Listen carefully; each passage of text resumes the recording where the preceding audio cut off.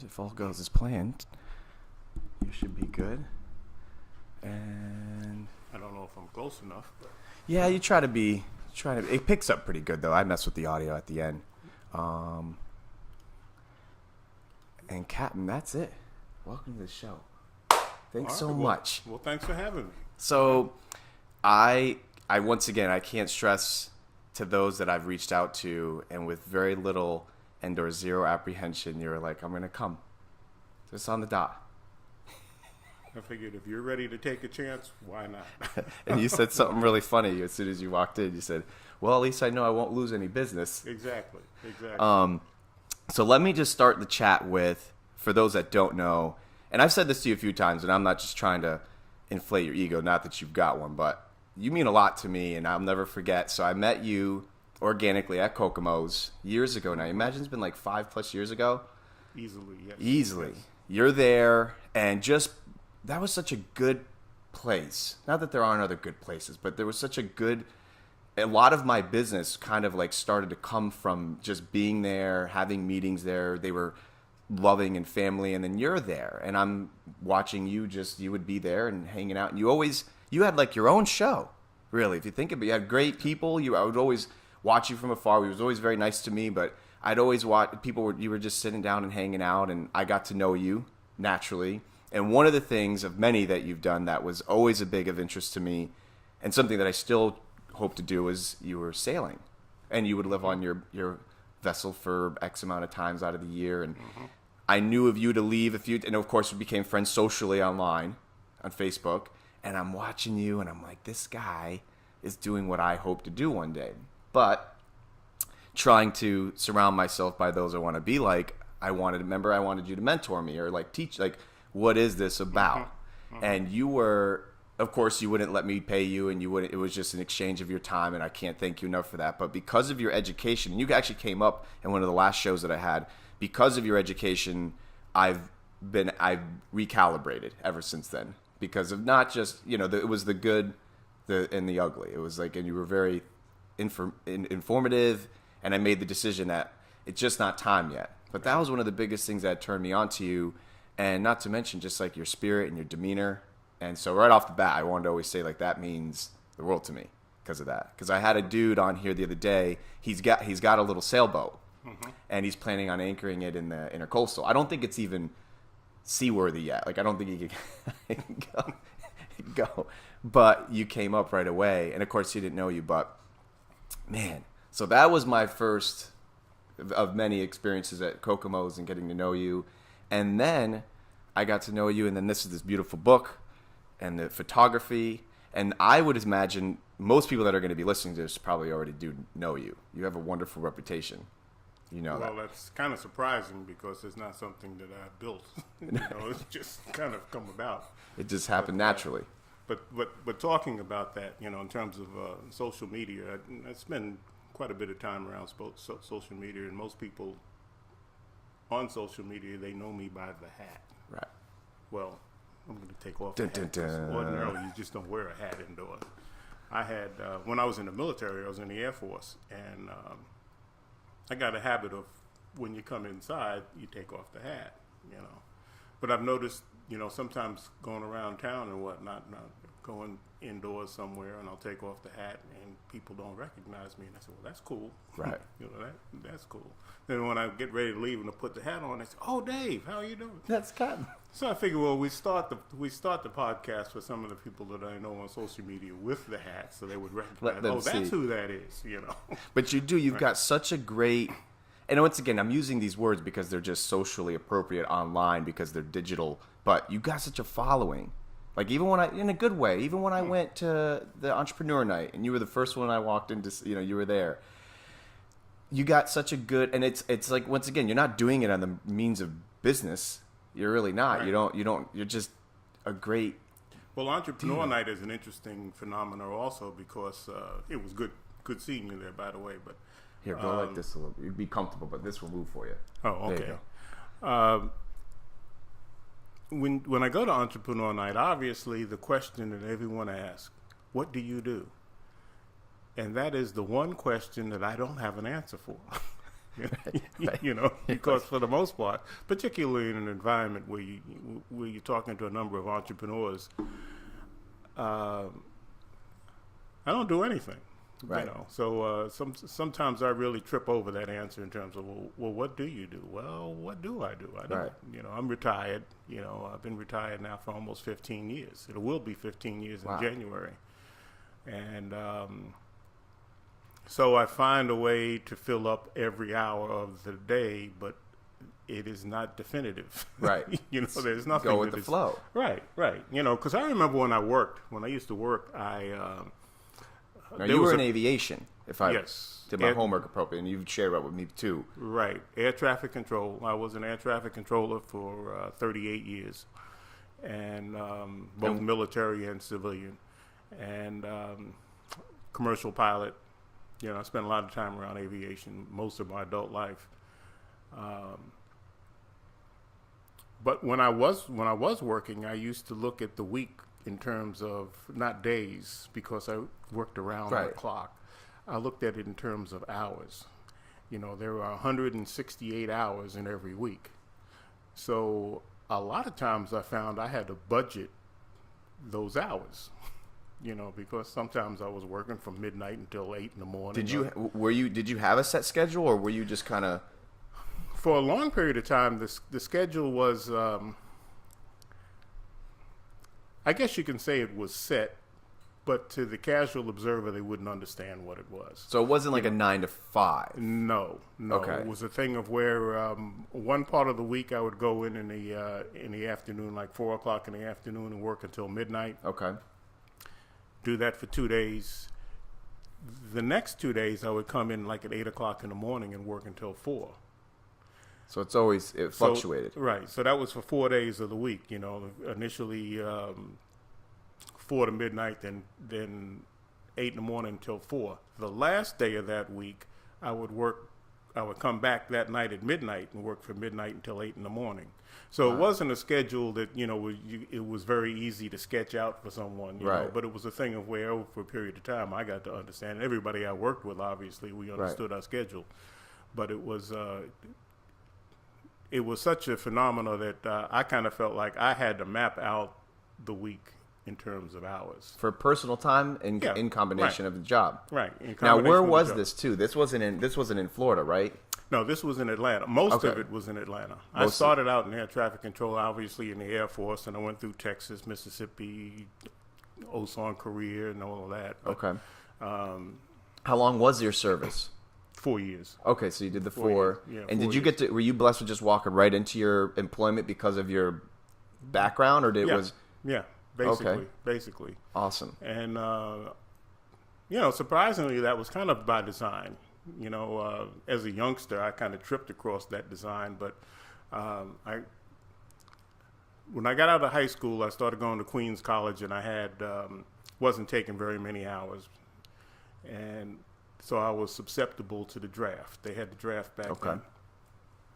And I got a draft notice. You know, boom, telegram right there. So I said, whoa, you know. Can you remember? Is it like is it vivid? Can you like go back to that moment in time, or is it aspects of it? Yeah, you know, and that's not that vivid, but aspects of it, like like the aspect of I dragged that telegram over to the Air Force recruiter, and I said, hey, you know, what does this look like to you? Can you do anything for me? And he looked at it and he said, no, they got you. You know, that's how it was back then. Yeah, they got you. And I said, well, can you tell by that telegram, because I couldn't, which service will I go into? And I said, no. And he said, no. He said, no, it will either be the Army, the Navy, or the Marines. He says, I know it will not be the Air Force because we do not draft. Okay. And I said, all right. So I had to hang. Were you? off. Yeah. How was it? This is so amazing. It sounds really bad, but I mean, I guess were you bummed? You know what I mean? Like, is it? You weren't like, yeah. This was something that. Oh, you, no. You didn't have a choice. This is not something. This is not that a good I wanted thing. to do. No, that was not part of my life plan. Is being now, in your military. immediate crew too, like friends and families and those that are around your age. Is this happening to a lot of people? Yes. But it is. Yes, those who it could happen to. I grew up and was living in New York City at the time. Okay. and it was pretty rough area. So there were some of my friends who didn't qualify Even for for the a draft. military because of their criminal background, Right. that kind of a thing. But yeah, I was kind of bummed when I got that draft notice. But the Air Force recruiter, when he saw me walking out the door with this telegram in my hand, and I had this hangdog look, and he said, "Wait a minute, sit down and take this test. Let's see what's happening on this test." So all right, I sat down and I thought it would be one of these 15-minute tests or whatever. Right. It was like 3 hours later, I get up for this doggone test. And so he does the, how they do the bubble graft or whatever on the test. The scantrons, whatever. Right. Well, this was way before, electronics. And he says, well, there are several career fields that we could use your gifts in. And I said, oh. And he says, yeah. He says, so I said, well, what about this? What can we do? He says, well, we had you on a delayed enlistment program. That's what we'll let the Selective Service know, that you were on our delayed enlistment program. We had you before that came. I said, perfect. I like that. I like that a lot. He said, the only catch is, this was on a Tuesday. He said, the only catch is that you have to leave for basic training on Sunday. Yes. So you That's got what I said. Wow. So, it was a thing where we went back and forth, and I told him that was not possible. And he says, all right, here's, he said, these people will give you 30 days, I said, all right, what do I have to do? Where do I have to go on Sunday? Meaning it was not the Air Force, another branch. Right. Air Force wanted you in like T-minus 5 days. Exactly. Wow. Exactly. And the rest of the folks, they would have given me 30 days. And so anyway, that's how what I are you, wound like up in the Air 18 Force. fresh? Like, did you have to be 18? I'm really bad with I don't know what the requirements were, but at that time I was 19. 19, I was okay. 19 years old. I don't know what the bottom line requirements were. So, man, you're right. So now you're leaning towards doing it, because I would imagine it's kind of a known at that time that you would prefer to be in the Air Force than. Oh, yes. Okay. Yes. So you go. And it was a thing of where when he laid out the career fields, which air traffic control was one of them, I kind of felt like, well, that's something I can do when I get out of the military. That's smart. Right. And most likely these folks are not going to hand me a gun, so I might not get shot. Right. Yeah, now you're thinking. So you come home, you had your family unit. Did you have to run this by with, or like anybody? Are you? At that age, I was calling myself independent and carrying on. So yes, I did. Right. I did share the situation with my family and whatnot. But it wasn't contingent on that. You knew you were going to go. Right. Right. Well, I knew I was going to go one way or the other. Either 30 days I was going to go with the draft board, or I was going to go with the Air Force. And you couldn't. Sunday. There wasn't. Once again, I'm so ignorant towards that because I just didn't grow up with it, and there was no choice. You were going. Oh no. Canada was a choice. I could You have gone to Canada. I had a friend who did. Now, would that technically would have been illegal, right? Like if you had left the country, or you were. Yes. It would have been illegal, but people were you were doing that. Right. Wow. Did you know people that were doing that? I knew of one fellow who did. Yes. Mm-hmm. Wow. And so now you're making the decision to go, and like literally, did you leave that? That was it. Sunday you left. Sunday. When that's Sunday. Yes. Went to basic training, and the whole life changed. Instantaneously. Yeah. And so you fast forward, and now you never had to. Thank God you weren't getting shot at, right, so to speak. And you started working into. So you did your 4 years, and when you got out, Atlanta was home at that point. No. New York was home. Oh, you went back. Yeah, I went back to New York, and I got hired. To work at Kennedy at the control tower at Kennedy. Yeah, good for you. I got out in April, and I think I started working in June, and I didn't really apply. After I got out, I didn't apply during the month of April, so I applied sometime during May, and they hired me June 15th. Yeah. And you're 24-ish, 5-ish. Something like that, yeah. I was probably 23, going on 24. Working a career.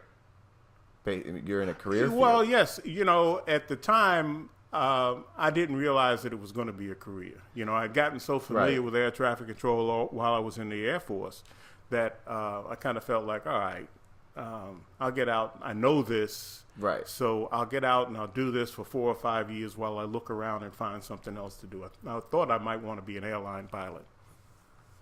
And so I looked around. Well, actually, I just started working, and, you fall into it. Right. An opportunity came up for me to transfer it to Atlanta. Okay. And which was a difficult process. But anyway, I did. I transferred to Atlanta, and was it a step in a better, Oh, yes. Okay, fantastic. Yeah, because in the at Kennedy, I was working strictly in the control tower. Okay. And in Atlanta, I was able to work both in the control tower and in the radar room, which we call the TRACON, which is a terminal radar approach control kind of a thing. So I liked that well-roundedness of what was happening in Atlanta. So it was a step up. It was a nice step up. Was it a hard decision for you to make back then, or was it kind of excluding the fact that you had to uproot? Did you have any other reservations, or you were like? No, I was single. I didn't have any, roots. The only root that I had was really, and obviously my family and all, and my job. And other than that, it was a no-brainer. I moved to Atlanta. I had a 1972 Volkswagen Bug and my stereo in the back seat, and that was about all I had. I think I had $300 in my pocket. That was my whole world, So now you get to Atlanta. Do you remember what area? The Atlanta area? Where are we? In Atlanta, I have friends in Buckhead, I think. I was south of Buckhead. I was in. I had moved to an area, College Park, which is not far from the airport. And at that time, my sister had graduated from college, and she moved to Atlanta. So she had a number of friends and whatnot in Atlanta. So so I kind of had a social inroad based on that. Based on my sister and her friends. And they lived in College Park, which was near the airport, so it was an easy commute for me. Right. And so I picked up an apartment there, and So we speed track. How many years are we in Atlanta Airport? Is that from 72 to 92? So that was the chunk of the most of the meat and potatoes of your employment. Right. Wow. And then after that, I got kind of promoted up to FAA headquarters. It was a Washington headquarters job. Fortunately, I could still live in Atlanta and do the job because we had a branch office there in Atlanta, and we traveled all over the country. And so that's where it gets interesting. Is that my father worked for American Airlines for 20 some odd years, and it was amazing being in the airport scene. And it's such a fascinating monster of so many moving parts. You were employed. Were you employed by the airport? Is that how that? No. It's employed by the federal government, by the Federal Aviation Administration. That's who your employer is when you're working in the air traffic control and all the. Wow. In the larger facilities like that, yes. Like a facility here in there's an airport here in Flagler Beach, and in the Flagler area, Flagler County, and it has a control tower, but it is a private tower. It's contracted. It's okay. I always wondered what was going on there. I think it's operated by the county. Okay. I've never really looked into it, but I think it's operated by the county, and they contract with the federal government to provide air traffic service for a facility that size. And is that a common denominator? If you are in that field, you are employed by the government, not like Delta's not hiring the air traffic controllers up there. No, they have positions that they call dispatches and some form of ramp control and things like that. But in terms of air traffic control that handle a number of different airlines, air carriers, and general aviation and different fleets, that's mostly nationwide is handled by the federal government. That's incredible. I never knew this. Is why I love this. This is what now. Is it, everyone's like a small world when you're working in that field. Like me, I'm in the web space, so like I know everyone that does it, but of course it's a small area here. Is it like that in your field as you grew? Is it a revolving door, so to speak, or are these people like with you? They were in it for two decades. And it depends upon the facilities. And the facility that I was in, both facilities, New York and Atlanta, people came and they stayed. That was it. I mean, it's such a. I would for imagine the most part. employment's got to be excluding the maybe some of the grueling hours and obviously the tedious nature of whatever. I mean, you guys are controlling the air. You're not dealing with it sounds like it's a great gig. I mean, it speaks for itself for you to do it as long as you did and then to move up. And so at what point did you make that transition from starting to work for the company based out of, the government, but the company out of Washington? When did that happen in your employment? Was it like... That was like in 92. Okay. 1992. And I started traveling with that job. I started traveling around and evaluating the various air traffic control facilities around the country. Wow. And that was a wow. That was an eye-opener because you had an opportunity to see how all of the pieces fit together in terms of commerce, right. In the country. So that was a wow. And one of the big benefits, I met Jill while I was doing that. Your job. wife. Right. Yep. She was working for the FAA also in the Chicago area. Okay. And we met I went in to do an evaluation of the O'Hare air traffic control facility, both radar and the control tower. And she was sent by the local region there to help the team. So that's when we initially met. Yeah. Just brought in together. Right. And then, she was really, really, really interested in the work that we did from a national level, from the headquarters level. So eventually she applied for a job with our national team and got it. She got it. Yeah. So for a number of So years, we wound up working together. How long did you guys court, so to speak, or was it? I really couldn't say. Probably a couple of years in the office. She stayed based in Charlotte? Was that? No. She was in Chicago. Oh, Chicago. I'm sorry. Chicago. And no, she transferred when she got the job with headquarters. She transferred to my office in Atlanta, right? And so I guess it was probably almost 2 years before we kind of realized we were serious. I never knew that. I didn't know that's how you guys met. Was the same endeavor, basically. Yeah. So now you're working at that level, and that was how you ended your career ended at that position, like as being kind of a quality check kind of quality assurance, as a matter of fact. Quality assurance, quality control, that kind of a thing. Yeah. And I had the opportunity to bid on several other positions in other facilities. Okay. But I had gotten this wanderlust, of if I have to go to that same facility every day, drive the same road home and back, I'd go crazy. Right. And I felt like, well, I have the best job that there is. Every other week I'm going to some other part of the country and meeting new people, seeing new things, seeing new facilities, how they operate, and helping them make progress in terms of putting together their operation. Now, correct me if I'm wrong, but I would assume because you're working in the airline facilities, you're bypassing the majority of the riffraff of the security. At that time, yes. After 9/11, everybody went to just common ground. It changed, But for a blip, I mean, I would imagine you were probably flying maybe better of class than normal, or just because. I was flying in the cockpit.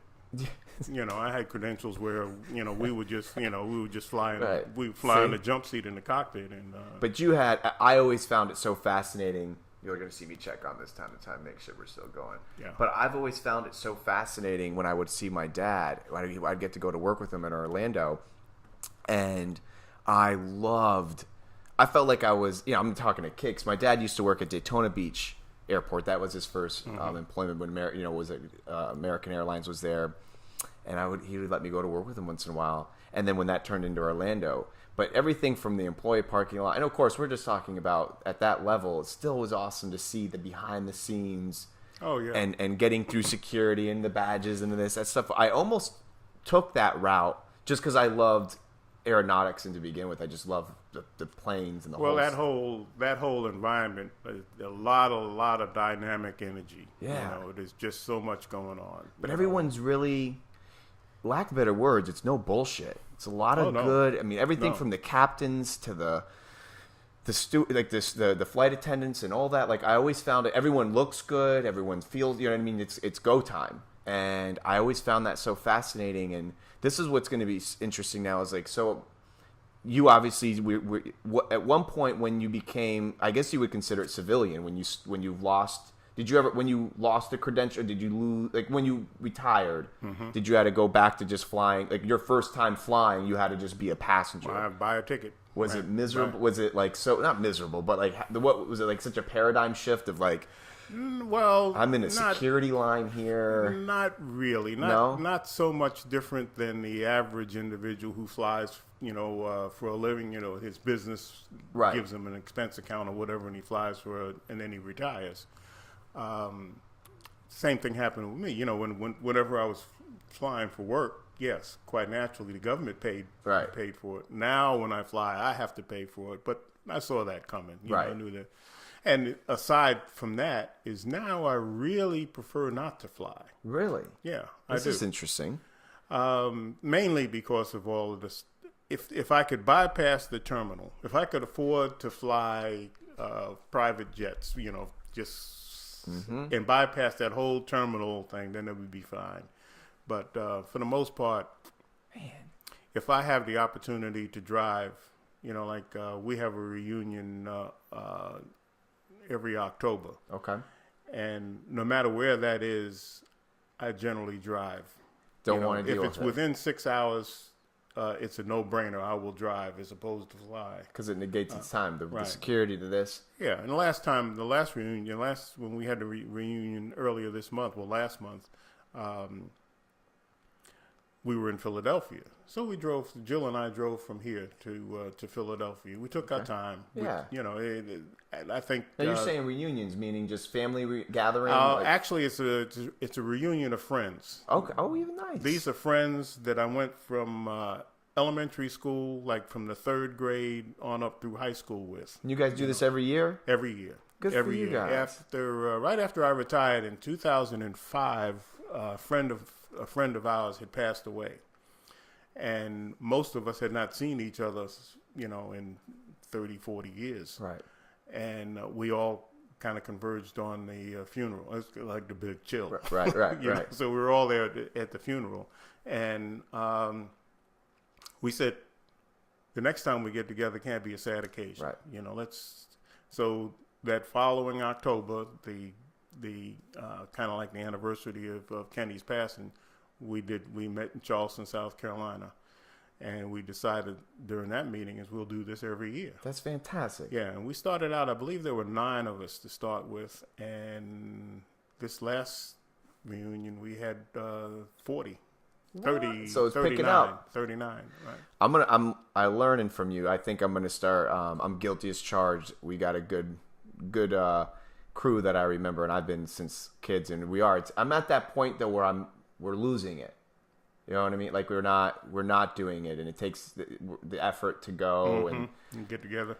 To get together, and it's tough. It's weird. I always joke with some people about my peers and stuff. I'm like, you learn a lot in school, and it's the scholastic stuff. But I wish someone would have taken me aside and said, look, you'll start to experience death, divorce, the mundane stuff, like by your 20s and 30s, like it happens, like and of course it's probably just my own being a child and naive and not knowing it was going to happen. I'm sure if maybe someone was pragmatic and maybe read a little bit more, knew that was life. But I'll never forget going through my friend's first divorces and my first friend's death, and like it's like life starts to happen. Not just the bills and not just the that, but like life. And it was so fascinating. And I think that's awesome that you guys are like now the destination, is it just chosen at like kind of whatever most amicable for everybody? Like we're gonna, for the most part, we have a small committee that kind of does that right now. So we kind of go along with what they come up with. But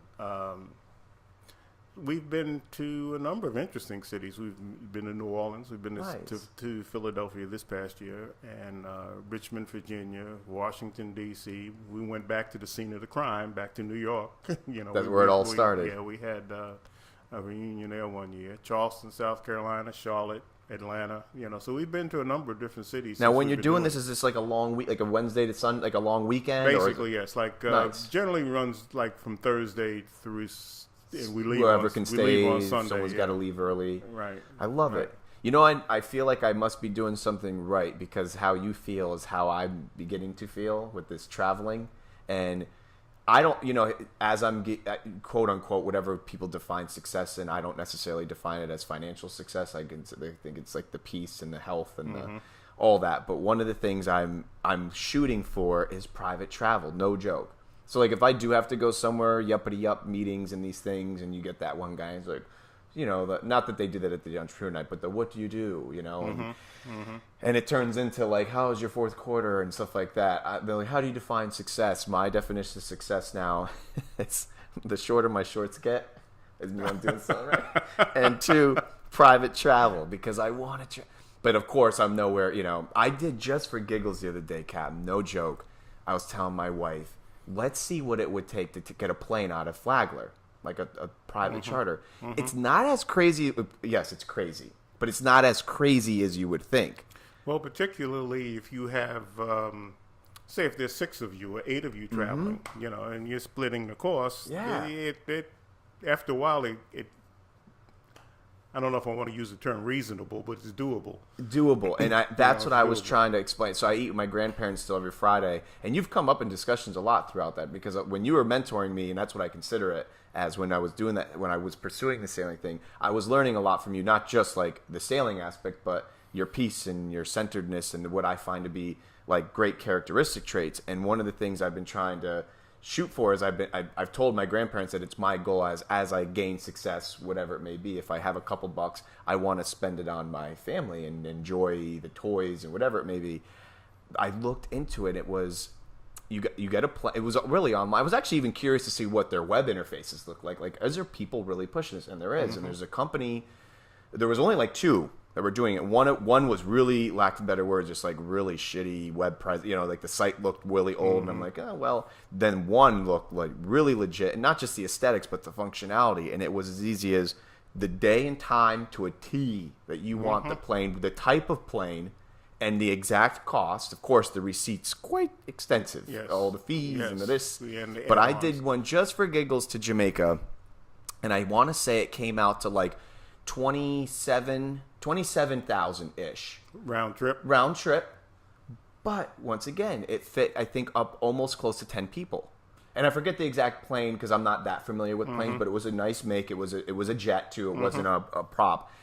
And I thought, once again, the math came out to be like 5-ish. Yeah. And of course, yes, is that it's still an obscene amount of money to go to Jamaica for a week. Well, Jill has a nephew who's a pilot for Net. I think it's called NetJets now. They keep, the names keeps changing over a period of time, but it's a business jet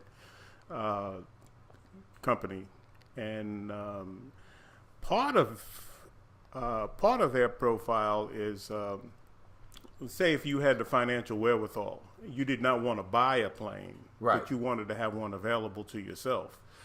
You could invest in some form to, I think they call it fractional ownership or whatever. Okay. You can, like a timeshare almost, maybe. Basically. For a plane. And it's a thing of where, all right, now that you're a member of this NetJet organization, you want to leave. You want to go somewhere. You pick up the telephone or whatever, right, their app on their phones, and say, I need a jet at Flagler County Airport in 4 hours. Right. Ordinarily, they can get it there to you. That's amazing. That's how a lot of, the celebrities or whatever Right. you see, that's how they travel. It's not a thing where they own a jet with their name on the side and all Right. that good stuff. It's a thing of where they have this fractional ownership.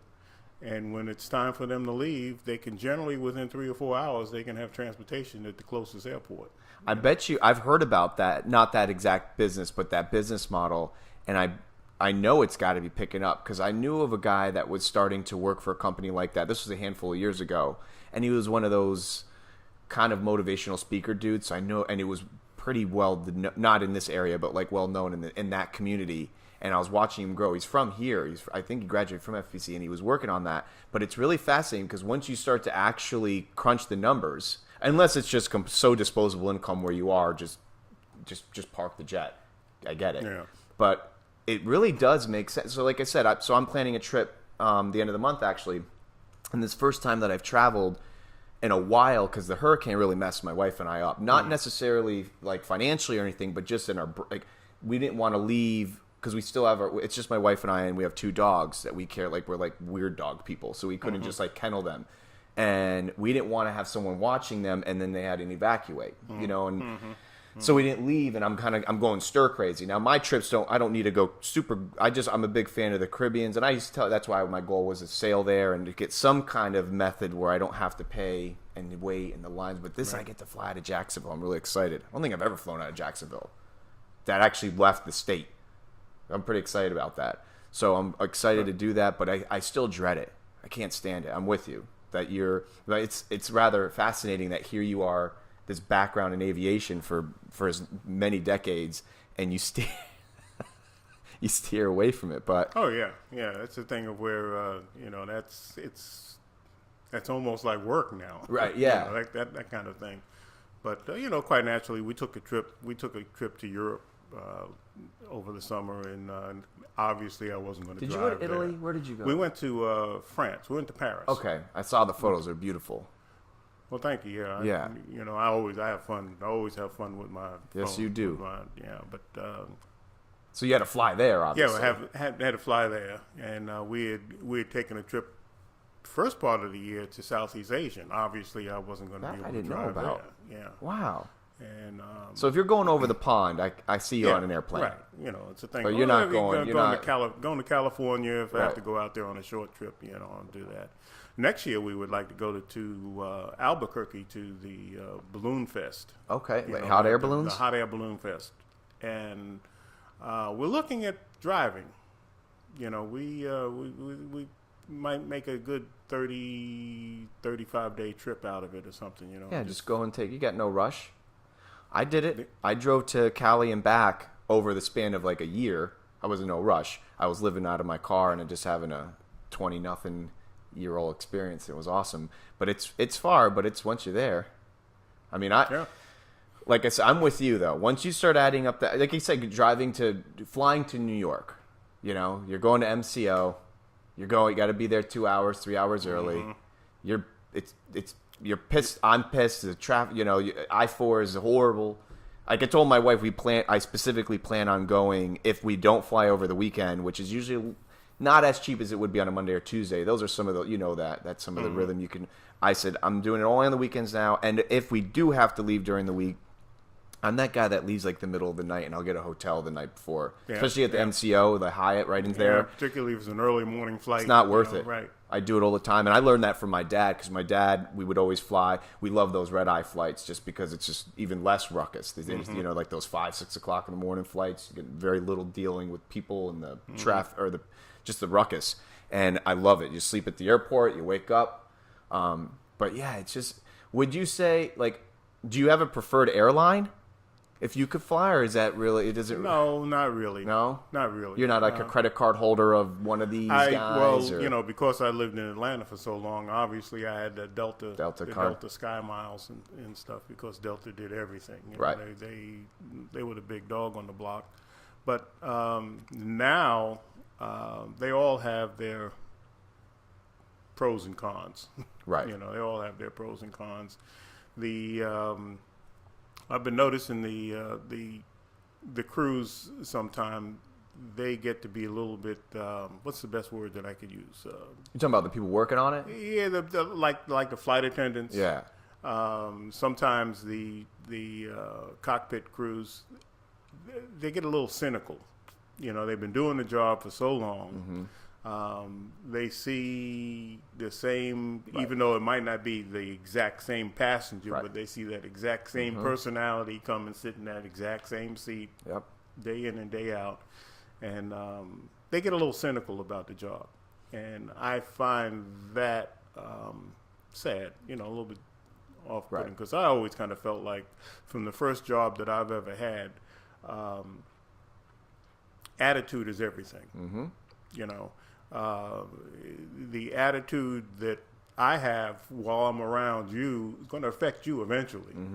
You know, and when I get on an airplane and the attitude of the crew, you know, and I'm kind of boxed into this doggone tube, aluminum tube with these folks that got this bad attitude, I'm thinking, you know, this is going to rub off on me. You know, it does. So, yeah, that's a powerful. You're right. It's because it really.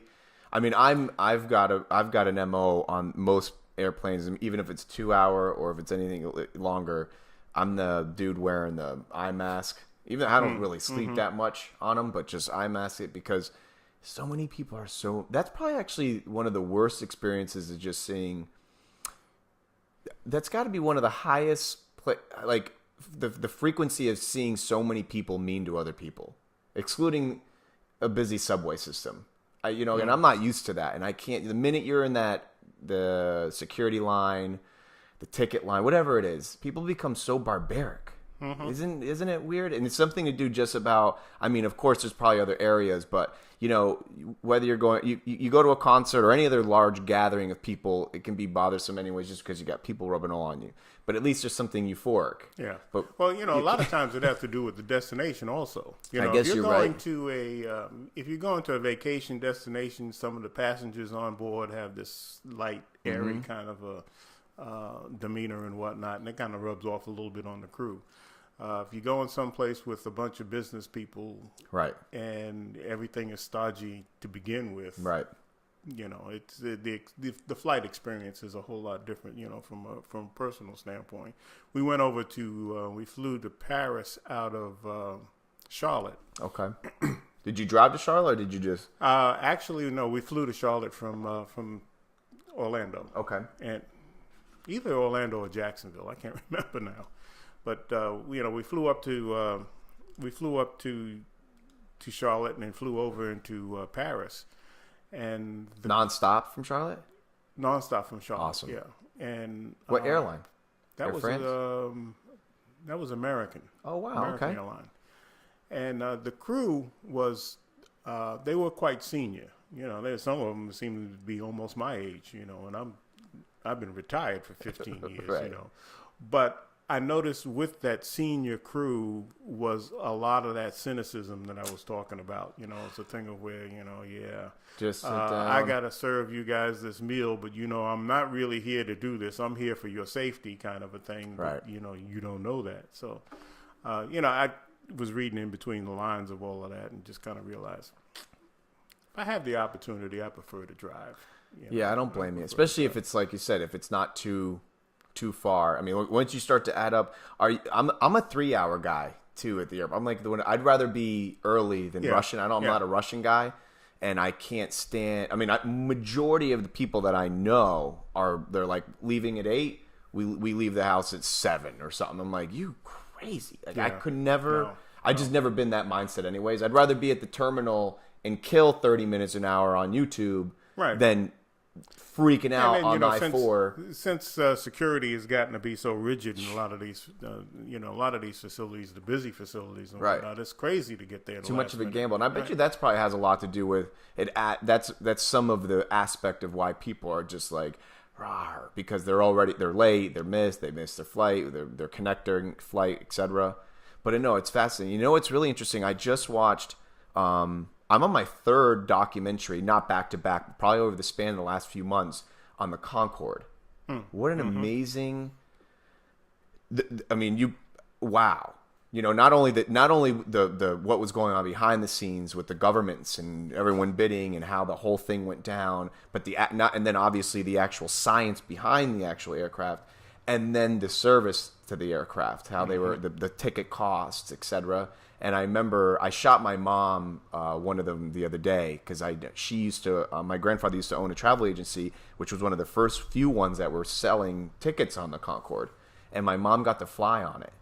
And it wasn't. Nice. It was one of their. Watching the documentary, I knew what it was about. She didn't remember. She didn't say specifically why she flew on it, but now I know the Concorde started doing sales approaches to bringing the travel agents on and doing flights like to New York and back and within like 30 minutes or something just to get the experience. And my mom was one of those that got to go on it. But I didn't realize had you ever been on it? No. And one of the drawbacks of the Concorde, which is a supersonic transport kind of a thing, it's difficult to fly it over land because of the sonic boom. They can fly it over the ocean, which won't disturb very many people. But once they tried to, I think they had and I don't want to quote it because I don't remember exactly now. But they had I think they had one flight that was going into Texas or someplace over land, and I don't think that was working out very well. It wasn't. You're 100% correct. And because it's fresh in my memory, the airline industry is so fascinating, way past my pay grade. I don't understand it much, but I do know enough to where it's all about, obviously, revenue driven, but big. They need to clear such high revenues that those routes need to be. They're not doing anything just to get you there politely. They really want to get these great routes that are going to pack the plane, high yielding dollar amounts, and they were losing when they were going through their. It was fascinating to see these guys at that level that are still, some of them are alive today, and they were saying like they would strap up to go sell a Concorde, and they went to, I believe it was Japan, to go sell, and that was already, they had agreed verbally that we're going to take 2 or 3, and at that time that was a lot for an airline to even commit to. So they went there under the pretense of this particular airline. It was a domestic one to that country, and I'm not familiar with it, to go show them the plane, and that they wanted to see it. And they have footage of this guy, probably, I don't know what his level was, but however that government works, and he was this position, etc. And they went and they brought the plane, and not only did they have an issue with the noise, but the pollution content. It was a very visible carbon monoxide, that black smoke, visibly. And the guy right then and there, upon being displayed this at an airport, was like, tell him no. No. And just hearing from the inside, like, you imagine you go there, you think you're selling 3 and they had to go back to basics and try to clean it up. But the noise thing, they couldn't. They had a big issue with over India. That one I know for a fact. They had a route that was going over India, and the boom was taking place in or around that area, and the governments at in India said, nope, we're not dealing with it, because at that point there was still a lot of indigenous tribes and cultures, whatever it may be at that point, and they says, no, we're not dealing with this. Yeah, well, just like even in anywhere in the world, structures can't stand that on a regular basis. You put a sonic boom up over your house every day, and eventually you'll look outside and you'll see some of the cracks in the block and the concrete blocks. That kind of a thing. I know when we get our choppers flying by, I love it, but it's still, it literally shakes the house, and that's just a chopper, let alone a boom. But what a fascinating thing. I'm sure. I don't know the exact dollar amounts, but that was supposed to cater to the top of the top. And it was, the ticket pricings, the experience, the food, this. But of course it wasn't. And then that's the one that had crashed. They end up losing one, unfortunately. And they actually knew why it did it. It was just because of just poor. They just weren't doing their job. The piece of metal came up, hit the fuselage, and that's what caused the thing. But that's all it took. And especially back then, fuel was skyrocketing. I think it was the 70s, late 70s. Is when the big crash hit. I remember when that happened, but I don't remember the time and it was frame. on I thought it was after the back then. Things today, big deal. So someone picks up an iPhone. It was on camera, and it's very scary to see. And of course, it was just sad. But the end of the show, or the documentary, they're talking about guys like Elon Musk and those that are private entities are talking about bringing it back. Of course, this is, if that would be catering to just a handful of people, like 4 or 5 businessmen. It's a supersonic plane, breaks the atmosphere, and then you're somewhere within. I forget the math, but it was. Well, if it's going outside of the Earth's atmosphere, I can see it going coast to coast. But if it's going to be within the Earth's atmosphere, I don't see how they would be. Because of the noise, right? Yeah. It's so fascinating to me, that whole traveling that way. What do you think's next for our travel? Because Elon, about Elon Musk's tunnels that he has, hyperlink or whatever. Yeah. It sounds like he's really about. It's launch. I watched the the podcast that he had, and what an amazing guy. But he really has these tunnels, and they're supposed to be launching soon. and it's fascinating because you're like, well, I guess it does. I don't know make an sense. awful lot about those, but from what I understand, he wants to put one in New York City, Right. and which would be a real interesting dig to me. I guess, or bore, Right. the Borders Tunnel in New York. There are so many of them there already. I don't know how another one would fit into that network of all of that stuff Right. that they have going on, particularly underneath Manhattan. But I don't think we're, I grew up in it was like flying cars. I don't think that's going to happen in my lifetime because it's just not practical. well, from an air traffic control standpoint, I don't see how that's going to Yeah. happen. We're having an issue just with the drone thing. Yeah. That's not even carrying people. I know we see on the internet people making these things now that can fly you here and there, but I mean, real transportation of a human being and/or beings in a flying apparatus. No, I don't even know how that's. It's just not practical. Not unless you live. I don't know. Unless you live very remote. Right. If you're very remote, some places in Alaska or whatever, that might work out. But I don't know. But there are a lot smarter minds than mine that are working on these kind of things. They're trying. I'm still trying to catch up with the self-driving cars. Have you been in one? No, but when I bought that Outback, I realized the technology is there because there's so much to that, where that has lane keeping. It'll keep. I don't turn it on because I don't like it ping-ponging me back and forth between Right. the lines. But it does have lane keeping. It'll keep me in the lane in case I get distracted. It has what they call adaptive speed control, of where the cruise control will keep up with the speed of the vehicle ahead of me. Get out of here. If that See, I didn't vehicle know slows that. down, I slow down. It maintains. So you don't got to sit on that thingy. Right. It maintains a certain interval. Whatever interval that I set to stay behind that vehicle, it will maintain that. And What year is this? It's doing all this. what's new? It's 2018. Oh, so that's it's been why. around for a while. It's been around for quite So some time.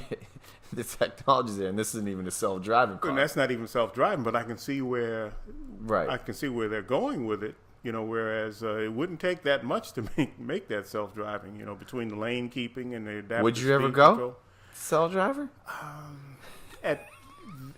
With my present frame of mind, no. But I didn't see the Dick Tracy Risk Radio coming about I either. know. Before. Look at Yeah, it's right. happening. So I don't know. It's My mom got a car too that's not too old. I think as long as you got a car now within the last couple of years, it has most of these bells and whistles. And on long trips, I'm a minimalist, so I don't have much. I don't have to commute, so I don't have a nice car. And we had to go to, I go to a soccer tournament twice a year, one in Sarasota and one in St. Pete. And it's just far enough to where I go, I'll rent a car. It's not expensive. So I rented a car. And this time I was lucky just because it was a brand new car. It was like 2017 or something. And I'm not used to driving in anything new. And I was like, oh my God, it had all this stuff you were talking about. Yeah. And I got to tell you, I turned it all off. It was too much for me.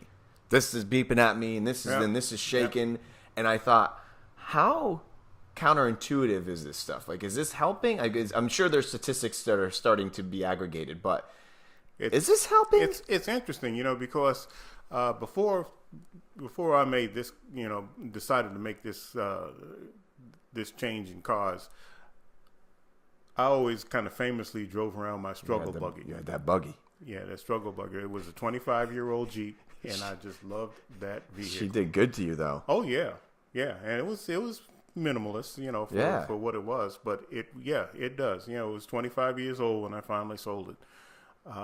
And you sold it. Keyword. I said keyword. You sold it. And the fellow who bought it, he was really happy to have it. It's gonna last forever as long as you take that's care why I of it. was happy to sell it to him, because he knew what he was getting.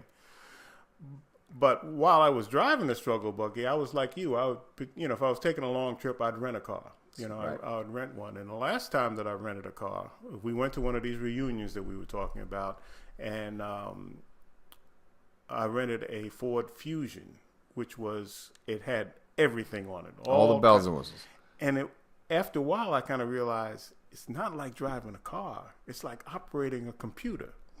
I guess you're right. Yeah. Yeah. And basically, you know, I don't know how many various computers or computer components that they had in this thing, but it was more like operating a computer than actually. Did you like it though? I mean, are you getting a comfort zone with it? Or you still keep most of the jazz off? Yeah, I keep most of it off. I don't like it. I keep most of it off. On long trips, on long trips with select traffic, it works out real well. Like you're on a road for the next 48 miles. Right. And you got the thingy on and all that. And if the traffic is all reasonable and fairly light. Right. I found that with the adaptive speed control, which sounds good, but you have a lot of people who are in a hurry. I know. And with you maintaining a steady speed does not match what's going on in the rest of the environment. So, yeah, I'm not right now. Until further notice, I don't need all those. Not yet.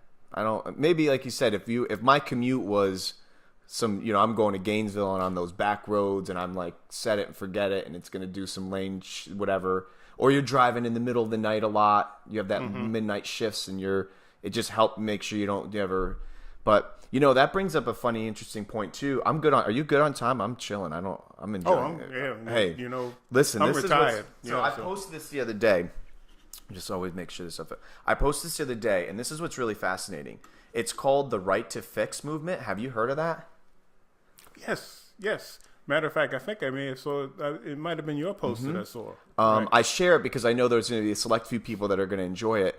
It doesn't really affect us too much. I mean, as consumers of these things, you and I both know. I think I'm like you. I would time comes first.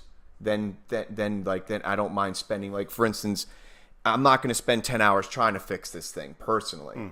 Maybe I'll pay someone to do it, and then even then, if it comes up, then that's why you just unfortunately buy a new one. That's the business model, and it just works. But I was watching this documentary on the Right to Fix, and we're talking about John Deere equipment, the big stuff. You know, you buy some of these tractor trailers now, and they're, you know, who knows, like $700 to $1 million, and you got 4 of them. And it's not like it was years ago where you could fix the alternator and tweak this or pay Bob down the street to. Now it's all proprietary information, and they have in their schematic that it's all electronic. Now, I've never been in one of those tractor trailers. I just was watching the show, and it was amazing to see. It looks like a space station, you know, and it's all these gizmos and gadgets. They're all like GPS now, and they can set. They don't even require a driver. But once they break, these poor farmers they can't fix it. Yeah. So there's a movement now. There's this guy. There's a few powers that be, and most of them are farmers, because we're talking hundreds of thousands, if not millions of dollars, that they're like, no. I'm not going to go buy your new CPU for, you know, let's just say 10 grand and then pay you 30 grand to put it in. I'm fixing this. And there are these geeks, and unfortunately they're being considered hackers that can break the system, diagnose it, and say, no, here, man, all you need is, because they can't even diagnose these poor machines. Because just to diagnose them is in the thousands of dollars to be told that. So they've got these guys. There's a big movement going on. I'm all for it. Yeah. I saw one of the videos I think that you put up that had to do with I think it had to do with the iPhone. No, actually, I think it had to do with an Apple computer. Apple computer. And you know, for the most part, the thing that Apple wanted to charge over $1,000 for was just a pin. That's it. A twisted pin. You know, which the regular technician, he didn't even charge to correct that. Nope. You know, but I saw that coming on a different scale back in the 70s. Did you really? In 1978, I bought my first wife, we bought a Volkswagen Scirocco. And I can't remember what the issue was, but after it was a couple of years old, there was something that I wanted to repair on it. And I said, well, I can fix that myself. And I don't even remember what it was. But I could not get the casing off in the engine compartment. I couldn't get it off. So I go to the Volkswagen dealer and I said, well, you know, I have not seen this kind of screw before. Can I buy the tool that will loosen this tool? He says, yeah, you can. He says, but it costs $1,800. Yeah. And this is back in the 70s? This was in the car was a 1978 vehicle. Okay. And, we kept it maybe about 3 years. So it was someplace between 1978 and 81. And, $1,800 for this tool. So it was obvious to me that in order for me to get that fixed, they wanted me to bring it to the dealer. It had to come to the dealer to be repaired. And we started seeing that, they needed the right to fix movement back then. But it's snowballed now. It really, and it's funny because on that same principle of a screw, that's one of the things that they bring up. Apple invented its own screw, which makes, I don't really share that I fix them too much, but it happens, as you can imagine. People, hey, fix this. So I have a computer kit with screws in this. And it is fascinating that they really did. They have their own system. Yeah, their own head, their own screw head. So you have to have a different kind of driver, right? That guy that I shared, his name is passing me right now, but the dude, I've been watching his channel for years now, and he's such an advocate. And he's not even he has his own little repair shop, but when he got big because he was showing you how to fix it. Just like, and that's like you had to ask today, what's the goal of this thing? I'm doing this. So this is what we'd be doing this at Kokomos.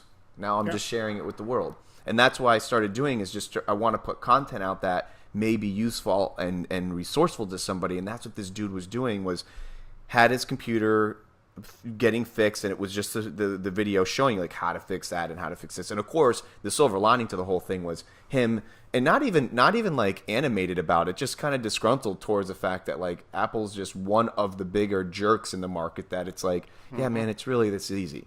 But instead they don't want you. It's like they don't want you to fix it though, which is weird. I even try telling people hardware stuff, you're going to get yoked. Now, me personally, I try to work, if I can install RAM or fix this or that, you're talking $50 to $100. Keep it simple, because the minute you start spending more money, you can just buy a new computer now. A new one. It's like if you just get on the internet, you get a Chromebook for $200 now. Yeah, and that's basically what Apple wants. They want you to turn in your old one so they can recondition it and resell it or whatever. Probably take it someplace in other countries or whatever. Right.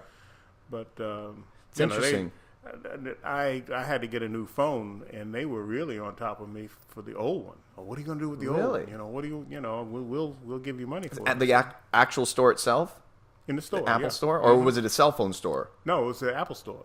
See, I haven't had an experience, because I've been lucky enough to where I'm getting less and less with my mobile, and I'm investing more in the watch. But of course, when I went to get the watch, it required, and they weren't very good about educating you about this either, and it's still not even really that known. So if you're getting a watch, you need at least an iPhone 6 minimum, the actual phone itself, or this will not work without the phone. Now, you can have any phone you want, and the watch will work with the phone, but I didn't want that. I wanted to be able to be without the phone. So I hadn't gotten a new phone in forever. I had an iPhone 4, and I was happy. I don't really do much on my phone. Well, I had to get this. Well, I made a message. And it was really nice. So, how many people have phones laying around now? So a really good friend of mine, she was like, I have one. Do you just want it? I said, absolutely. But I haven't had much interaction with them bringing this back. I could see them probably being like, hey. Well, it's they're going to resell it. It wasn't high pressure. It wasn't high pressure sales, but it was a thing where they made sure several times while I was there, they made sure that I knew that the option was available, that I could trade that in. Did you just keep it? Oh yeah. As a matter of fact, I have my last two. I have my last two iPhones.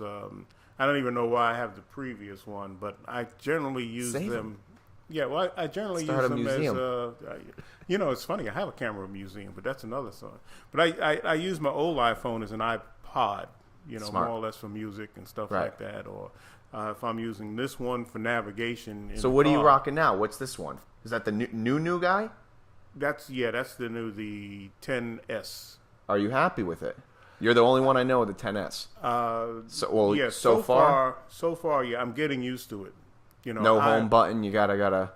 That's the biggest. That was the biggest hurdle to get over, was getting used to having no home button. What's up with you like the Face ID thing? No, I don't like it. It's it's designed so all you have to do is lift the phone, right, and the Face ID will notice you. I don't like that. I don't like my phone continuously looking at right. me. That's creepy to me. It is creepy. But I also realize that there's very, very little that I can do about it. Mm-hmm. I remember there was an interview on TV several years ago of the FBI director, and he was saying that he puts a piece of tape over the camera on his computer, right? Because he has no idea who may be looking. It's true. And if this is the guy who is the director of the FBI, I know I have no idea who's looking at You're me 100% correct. phone, It's funny because I've been doing that I don't have one on mine, but I got a phone call by my mom the other day. She was with a girlfriend of hers, and I get a lot of these calls, not just from my family, but friends and stuff, and if they get a crazy email or anything techie, just because they're like, oh, you're an interneter, so you do everything. But my mom calls me and tells me that there's and this isn't even a new scam, but it's, I guess maybe it was new for her, and she's an older woman, and she got one of these emails. Have you ever got one of these that says, like, we've been watching you, we have all this dirt on you, basically? Have you ever seen this one yet? It's hilarious. They have all this dirt on you, and they've been watching you on your camera, and of course, if you don't like, transfer $1 bazillion. And of course, they're using Bitcoin and all this stuff. Yeah. Then we're gonna release it and all that. And the poor lady was not freaking out, but my mom was freaking out. So I don't know if that was a justification that she was, but my mom thought. I'm like, Mom, first of all, tell her don't have anything to worry about, and second of all, change your password to your email. We just do some precautions. Now, I'm sure you know this, but do you change your passwords to your stuff pretty frequently? Not as frequent as is recommended. Start doing it. That's one thing that it's a pain in the rear end that I give you. Cause you'd go to log into your bank and you're like, oh, and you gotta cause I've been changing mine so frequently that I don't even remember them. Cause they're nothing. Cause you can't change them to something that's even similar anymore. But that's one thing I try to hold all my friends and family accountable. And then if clients even ask, but try to do it a lot. That's one thing. Cause that's the only thing that, if somebody wants to hack, and then like I said, you're intelligent, you get it. If someone's going to do it, they're going to do it. They're going to do it anyway. So there's really nothing. Even this stupid Echo thing that I have here, this thing turns on half the time and says I don't understand what you said, and we're in the back room watching a movie, and I'm like, what the heck? And there are reports now that those things are they're picking up everything. Yeah. Just because it's not talking to you doesn't mean it's not recording. Well, it's the same thing with the iPhone. 100%. They have that Hey Siri option, right, which I always turn off on all of my phones. But I noticed, I don't know, a couple of months ago with my other phone, it was sitting on my desk. I'm working on a computer, and I said something to Jill in the other room, and I don't even know what it was. At an amplified voice, so right. And I noticed the screen light up. It didn't give me any response, but the screen lit up, and I looked at it, and it said, I didn't understand what you said. And I'm thinking, I don't like this. I really don't like this. But I also recognize, just like we were talking about what my attitude is about the Face ID, if I'm going to continue to use the technology, there's very little I can do about it. Exactly. So we got this 1984 syndrome going on right now. So at least you're not fighting it. I think we actually maybe talked about that one of the last times I did see. It's you get a lot of these people now that are just fighting it, and you see. Remember, every so often we see this stupid whatever it is that's going viral on Facebook for that moment, the fake account that went viral, and then you get. Post this to your. Remember that one that went around? If you don't post it on your page, this is all my property. No, it ain't. It's not your property. It's never going to be your property. You can use it. I try to, even now with this new show, I save all of the videos to a second place. I'm putting them up to YouTube, but I know I wake up tomorrow morning and YouTube's be gone. That's it. Right. I'm not going to make a phone call. Where's my video? It's theirs, and that's what there is a. It's not too much in my immediate nucleus group of people because most of them are techie and get it anyways. But there are a lot of people that really think this is my Facebook. This is my photos. This is my... And they want to call Facebook because they don't understand. I'm like, do you have any... Their goal... Have you noticed too lately, Captain, that... And I'm seeing it more and more and more. Because I maintain a ton of Facebook pages, not just for myself, but clients and this and ideas. And the alerts we get now. I even on the actual feed when I scroll, if I don't make a post for my business page within like 48 hours, I don't know what the algorithm is yet, but it's like a ticking time bomb where it's like, hey, you haven't done something. I have a couple of side pages. Right. Even the page that I used to have for the boat. Shaboomy. Yeah, and I stopped. Obviously stopped when I sold the boat. I stopped posting to that page. Well, Facebook does not like that. They're always prodding me. You have so many followers who have not heard from you for so long. So, and I also it was kind of like a joke kind of a thing that I was doing with a friend of mine who lives out on the west coast of Florida. I forgot how it all started. I think he took a picture of somebody, and I said, "Well, you should start a fight. You should start a site like Humans of New York, and just Humans of the Sunshine State." And he said, "Yeah, that's a good idea. Let's do that." And all. So anyway, just out of just to do it, just to do it, I did. I started Humans of the Sunshine State, and I think I put one picture up or whatever. Oh, Facebook is having a fit. This was over a year or so ago, more. And they having a fit. Why are you not posting? That kind of a thing. Well, they want your money too. Have you ever boosted you never needed to boost anything. That's a whole nother world. So I got involved in boosting, which unfortunately it sucks. You have to. Anybody that preaches against it, which I don't think there is, but unfortunately, if you are going to maintain a healthy Facebook face for a business, it's a business page. You have to. It's literally like they will make sure you don't get seen. So unfortunately, no, I don't go crazy with it. I mean, I may spend $50 to $100 over the span of a week or two if it's time sensitive or a promo or for a client's page. But once you start doing that, then they start really salivating at the mouth to get you, because I was maintaining and operating a Facebook page for a client that was in the THC-ish, realm-ish, CBD-ish, world-ish. And because of that, my account got banned. Right? Which I didn't care, because I didn't, whatever. I'm like, you want to ban my account? I'm not going to give you any money. And the only thing that was annoying, though, is that Facebook account that got banned was also maintaining a bunch of other ones that I didn't know that. So, but I actually I always run everything off my wife. She's like my colleague. So I was like, babe, I don't care. It must be a sign. I'm not gonna boost anymore. I'm just gonna do additional guerrilla marketing and just get it out there better. I'm not gonna spend, because you don't really ever see anything except for clicks and stuff anyways, which is a whole nother. What really are you getting? You see a couple more clicks and you see a couple more. You don't get really like human engagement. It's just likes. So I stopped. Well, I get phone calls now. I get phone really from the Facebook. Not those like, hi, I'm with Google, and they're spammy and they're fake. They're not with Google. This is legit Facebook cronies calling, and like they're legit too. They're not even spammy. They're picking up. They sound like me. They're like, hey man, we're calling on behalf of Facebook. We with Business Ads Manager. We noticed that you and I'm like, well, it's funny you're calling me. Like, I'll entertain it because this is interesting anyways. But you banned my account. That's why I stopped paying. Oh well, you must have. What was it? And then I show them the account, and they're like, yeah, that shouldn't have happened, because of course it shouldn't have happened. It was literally a CBD product, and it should not have happened. It's nothing illegal, and I wouldn't even do that anyways on my own account.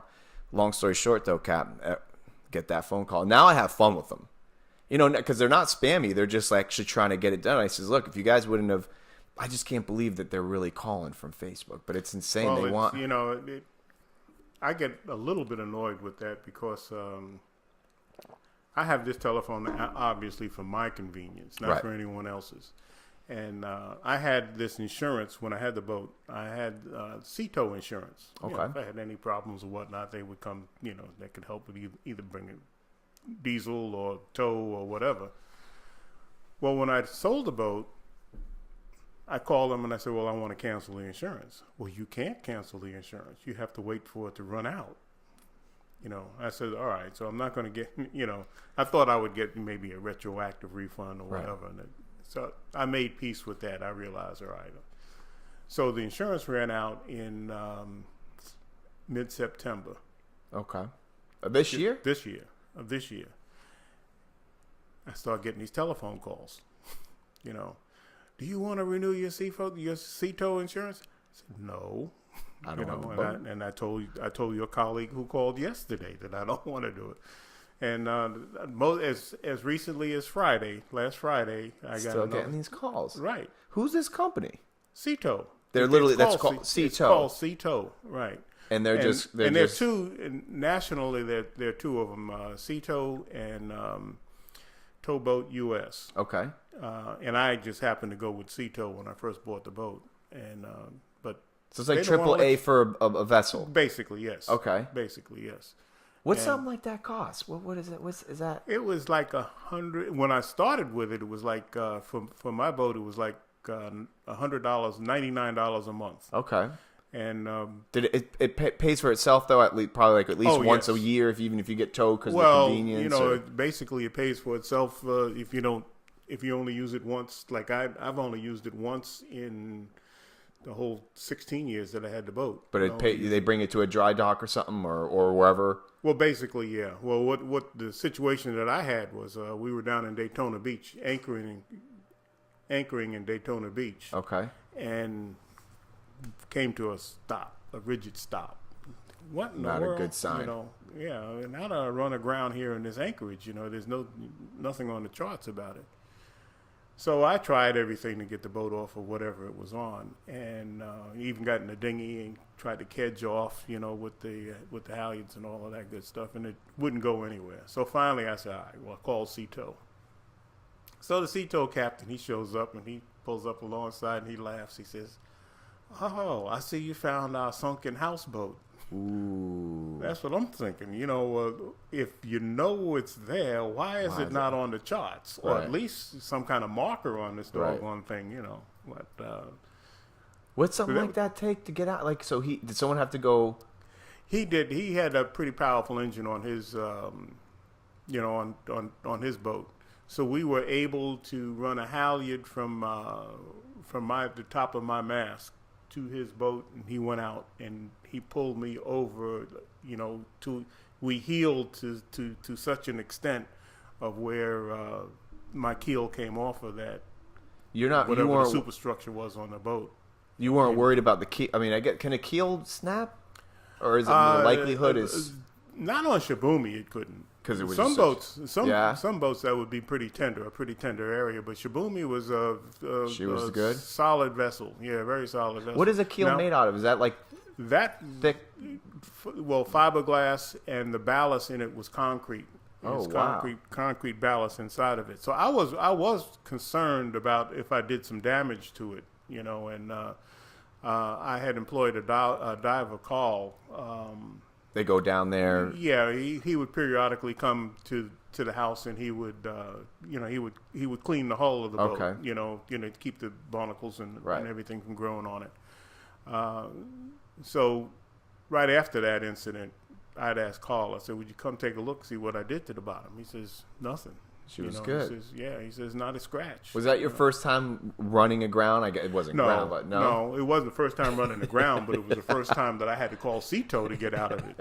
But they were there within somewhat of a timely manner, like not. Yeah, it was pretty timely after I called. I don't remember. It was like maybe 20 minutes, a half hour, something like that. Yeah. So really, it's worth it. But particularly where I was located, I was in Daytona Beach, so they probably had several vessels. You were not too far from there. Yeah. Is it international? If you were to be, I mean, I guess considering the governing body, but I mean, if you were X amount of miles offshore here, they still would come, or is there like a limit? There X amount of miles, yeah, and I don't know what it is, but if you're in the ICW and all this other stuff, they're going to come to you. But offshore, probably I'd have to deal with the Coast Guard.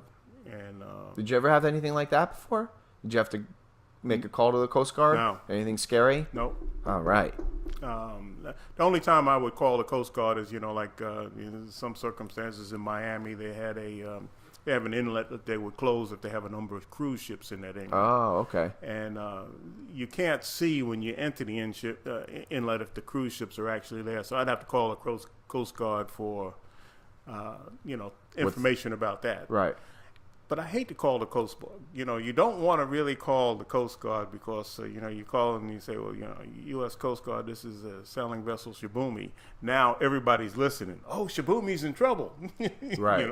Because most of the time when, when you hear a vessel calling. It's a distress call. Yeah, it's a distress call when they're calling. So I always used to try and shy away from even, having a dialogue with them. But that was the ego thing, Are you at because I know Shibumi was beginning of the year, wasn't it? Because we had some dialogue. Yeah, I saw you at Ace Hardware. Right. Remember you were telling me like I got to buy. The first one fell through. I think you had like one potential guy that fell through, and then it was very shortly after. Well, when that first guy fell through, the eventual buyers, they were already interested. But they were in Texas at the time, and they were working at the time, and they didn't have an opportunity to come see the boat. In the meantime, this guy slipped in, and he saw it, and he was interested, and then he got cold feet after a while. He thought it was a little bit too much boat for him. But it wasn't that far afterwards. No, I mean, it was that was the first of the year. I forgot now. I think we closed on that boat on the middle of January. Yeah, I was going to say, it didn't take long. Well, I mean, it speaks for itself. She was beautiful. Gorgeous. I want her so bad. That was my dream. It was part of you talk about your pets and all that. That was your part baby. of our family. Yeah. Well, you took good care. You had her. Well, you've had her since I known you, so it's been 5+ years. We bought it before we retired. Actually, okay. We bought Shibumi in 2002. Wow, so that's when I graduated high school. Yeah, we bought it in 2002. We retired in 2004, but. We had that period of time to kind of get used to her, and that was.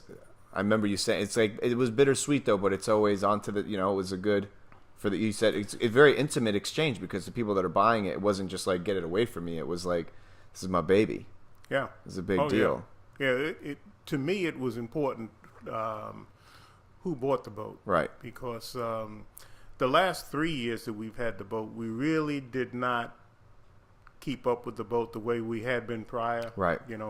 My father had passed away, Jill's son had passed away, and we didn't have, not to use a pun, but I guess it is a legitimate pun. It kind of took the wind out of our sails. Right. And so we weren't doing little things like keeping up on varnishing the teak. Right. I was doing things that used to be enjoyment. Right. Were becoming I was doing all of the seaworthy stuff, but I was not really doing a lot of the cosmetic. Right. All of the cosmetic stuff, and I kind of felt like she deserves better. Time. It's kind of time. Our energy level is a little bit different than it had been, and when these people came along. I could tell that they were very, very, very much into that boat. Now, are they living on it or doing kind of like... They will. Right now, they're working on it. Amazing. They took it up to Norfolk, and the woman had a brother up there in Norfolk that was very familiar with the nautical. And I think so what do you mean work? I mean, she was in great shape, just like adding bells and whistles? Oh, yeah. Well, like I said, we had not done any work on the, on the teak. The teak requires kind of like varnishing periodically, at least every other year, every 2 years or something like that. And we hadn't done that, and forgot what else they were going to add to it. They did do a paint job. They painted. To me, I didn't think the boat needed a paint job. It just, I would wax it every 2 years, right? And it hull came same out color, nice. just yeah, but fresh? They painted it the same color. And from the pictures that I've seen online. Oh yeah, I was going to say, are they like keeping you in the loop? No, actually they're not. But they are posting to they are posting to a site that I follow, and so every now and then I get an opportunity to kind of peek in, She's still looking good, I'm sure. Yeah. Oh yeah, still looks like Shibumi. They changed the name. Oh really? They did change. Is that a sin in the world of sailing and boats? I thought you're not supposed to change them. Well, it's supposedly bad luck unless you go through the formal ceremony. What is that? There's a long ceremony of where you first of all you have to give some sacrifices to the gods of the sea. Zeus and So just pour the bottle for.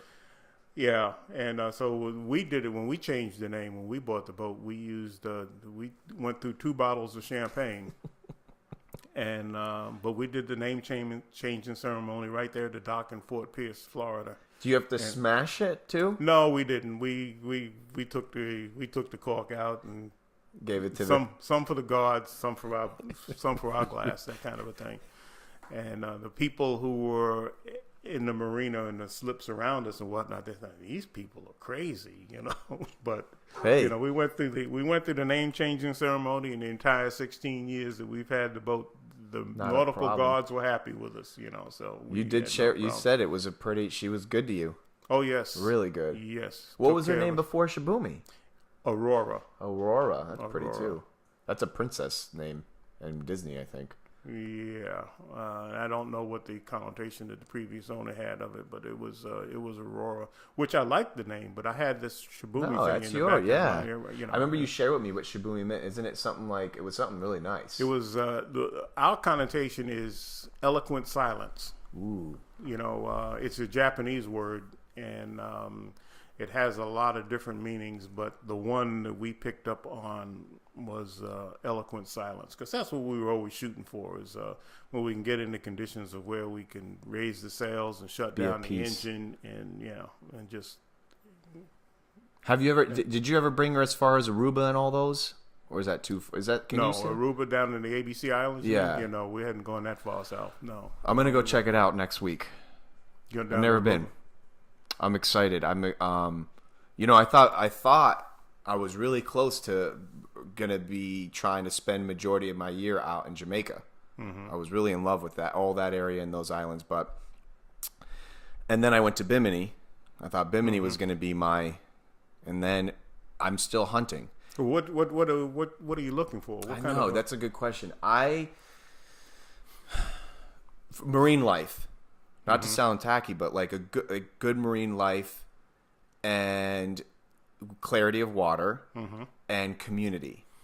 And with the hurricanes, all of the Caribbean area I was like, why am I going to leave here to go deal with and be in the same path? From what I understand, I'm just learning because I've never been. From what I'm understanding, Aruba is below. Right. It could still happen, but the likelihood is slim.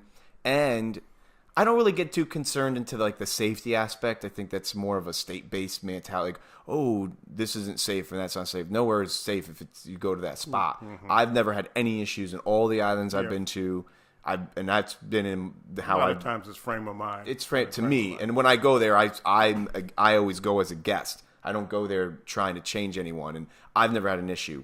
That's why I was really close. I really wanted to move to Jamaica. I really did. Not full time, but have you see my little house. I wanted something out there small. And then when I would, Oh, so you would travel, commute back and forth. Easy peasy. Well, of course, my dream is when I'm able to afford it, because I can't tinker. I'm getting better, but I wouldn't be able to live on a vessel. That would be my dream, is to have a sailboat and go down there and then just anchor up, and then I wouldn't need anything. But as of right now, I would love to have something where I could, rent out this. Because now, ever since the hurricane, there's nothing really here it's like perfect for an Airbnb, this house. There's not I don't have tons of stuff where I'm like, oh no, it's still in boxes because we just never unpacked. But I'm going to go check it out. So those are the 3 things that I want: marine life, the clarity of the water, and somewhat cost effective. Like Bimini was out of control. Bimini doesn't even count. I was talking to a gentleman today, and he was like, what was it like? And I said, dude, it's literally a rich man's playground. You don't go there to live. Well, what about have you ever been to the Exumas? Yes. The Exuma chain? Yes. Love it. I loved it.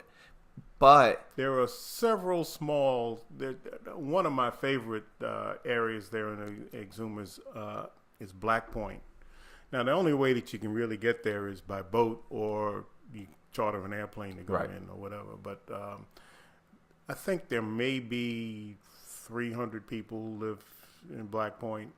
One of the charming things that I thought about it was nothing comes there unless it comes by boat. And so twice a week, but once a week, the mail boat Captain C comes south and comes to the dock. that first trip down is when he's bringing things in, so everything shuts down. The schools are out, the business is closed. When the mailman comes? When the mailboat comes. Everybody goes to the dock to get their delivery from Captain C, right. whatever. He was delivering stuff like motorbikes whatever, and, right. everything. Everything comes by Captain C. And I really, really liked that kind of environment because that was an area where just about everybody on the in the area in the right. development, they kind of got together, and it was like a family occasion.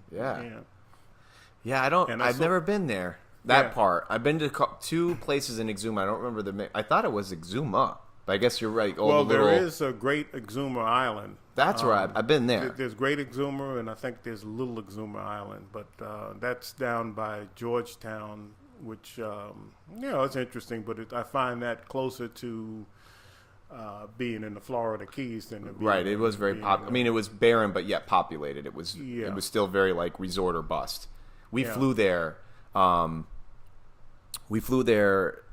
think we went to a Sandals, and we were having such a good time. They had an opportunity where we could charter a plane through them, and they would fly us there for like a day trip. And I loved it. That water was that's beautiful water. The water was insane. Water. One of my top actually 3. But see, that's why Bimini's still my top when it comes to marine life, because I actually only went to Bimini because it's one of top 5 places in the world to swim with dolphins naturally. The spotted dolphin too, which they're the more curious out of the whole dolphin family. That's where I went, but it just came down to, oh God, like it was just. I don't mind spending money, especially on a vacation, but I was like, come on, like literally like $60 for like a case of water, absurd amount of money. Yeah. And like I said, if you don't have a boat and you're on land, which you're getting robbed that much more because you can't bring anything. And it was just so. I don't like that. I don't like getting. And I'm not saying that they were doing it. I know it's tough because it's a very small island, and I know everything's an import, but I'm not. Once you go often to the point of where you're recognized by a number of people who live there, then they start taking you under the wing, right? And they say, well, you really don't have to do. You don't need that $60 water, right? Yeah, I would. I know if I go back, I will try to go with someone. Most of all the vessels that are there, like in the marina, are all from Miami. They're just it's such an easy trip. Well, not easy, but 2-3 hours, and they're there, and they're on their 50+ beautiful boats, and they're just chilling on there, and they got everything they need. That's when I'd like to go back there, but it was tough. But I think I'm excited about Aruba. From what I hear, because that's my goal. Every time I go to these islands, I'm not just going to be straight vacation. I'm going there to see, because that's my dream, is to live somewhere else part of the year in a smaller, have something else or rent it out. And I'm really excited because I hear they're actually going to be 100% independent on the energy wise by 2022, I think. In Aruba? Yep. Nice. They're supposed to be one of the cleaner. It's a desert island, which is tough because I've been to Curacao and those kind of places, and those are very desert-y, and I'm not a fan of that. That part, once you're off the once you're off the coast and you're inland, it's desert, and it's not very comfortable. It's quote. I do like some lush, but I really went for the water. And well, if you get an opportunity to if you're checking islands, look at St. Lucia. St. Lucia, haven't been. My sister lives in St. Lucia. She's been there since the mid-'90s, and she operates a bed and breakfast there, and she loves it. She really, she's been there since 1995 or something like that, so she must love it. Does she get to, like, is it live on the property / maintain? She's like her grounds, and see, that's fantastic. Yeah. And, well, quite naturally, it's like anything else. It's fantastic looking at it from a distance, but when you're mopping the floors and you're fixing the windows and all this other good stuff, it's... Right. But she's been doing it. Yeah. Oh, yeah. Did she have always a passion? Like, I just can't kick this... It sounds so cliche, but like that beach... I mean, I have it here, but honestly, I'm already dreading once we're already headed for it. The season's changed, the water's changing, and I just want to be in the water when I'm not working. or playing soccer. And it gets cold here for me. And my dream is just to have that consistent.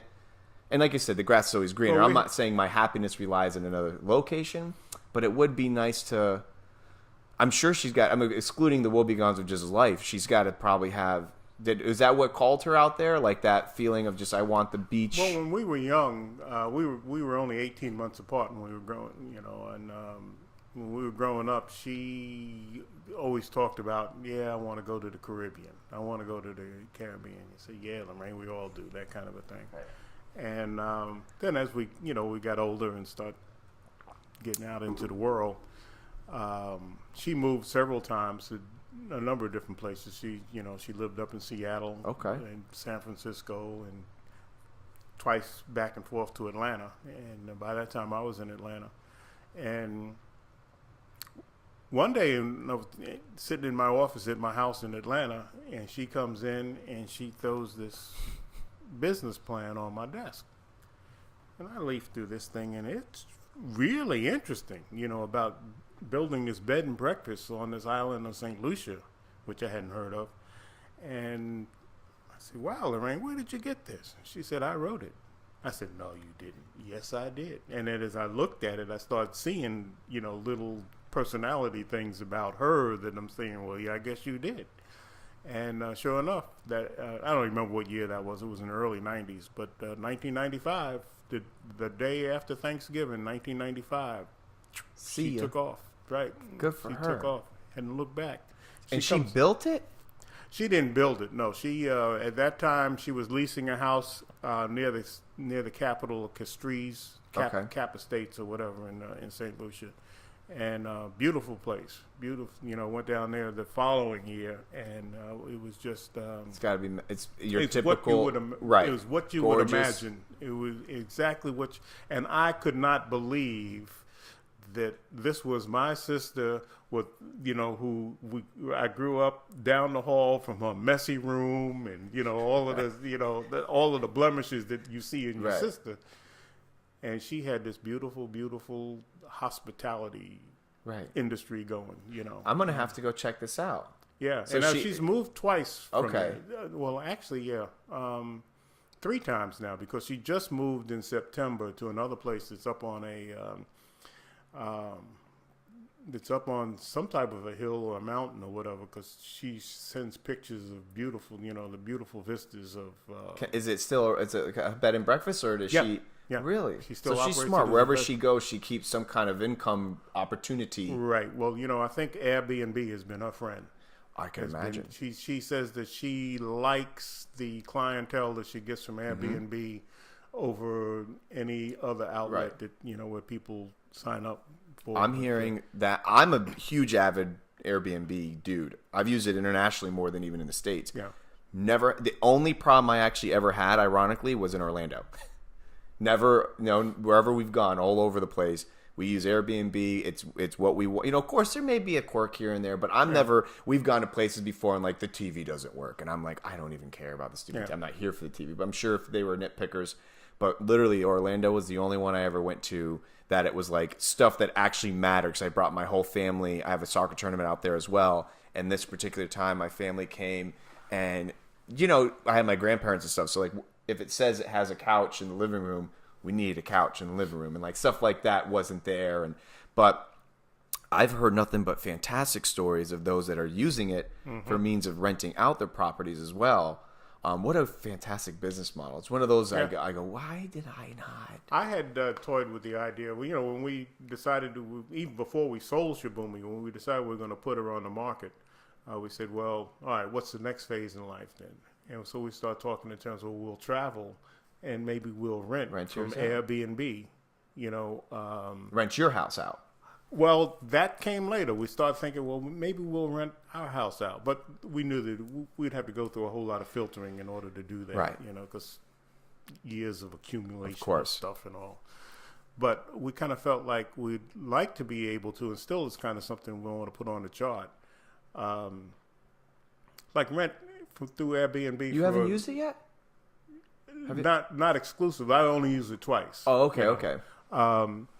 but we want to be able to use it and stay someplace for 3 weeks to a month. Yeah. You know, because a lot of times you go into a city and you really don't know the city, Right, because you don't. you're in and out in 2 or 3 days, and you really, Right. you know, you see the touristy stuff. Well, this But is when probably you live really there for a while. You know, you really, got to get a feel, and you Right. know. Well, I'm sure Airbnb, if they ever listen to this, would hate me for saying this, but what I do is you do that one stay, get to know the owner, and you're good. You're right. And I did that. I met somebody via one of those sites and met the owners, and I've done it in 2 places, Jamaica and Puerto Rico. I would go, and after the first time or two, because they want to make sure, you know, I didn't say anything in the original reservation or anything, but you went, and I almost moved to Puerto Rico. That was another one. I went to a place called Fajardo, and I loved it. Okay, I almost moved Fajardo. there, but once again, hurricane. You know what I mean? I'm like, what am I gonna? I'm gonna leave here to go. If one does come, it's gonna be some kind of ruckus. But I went from this guy, and it's just one-on-one, and he gives me what it would normally cost with, you know, Airbnb going in his pockets. But it's been that's the best way, because then you're not dealing with you even Right. get better pricing, and then you know this better than I do, Cap.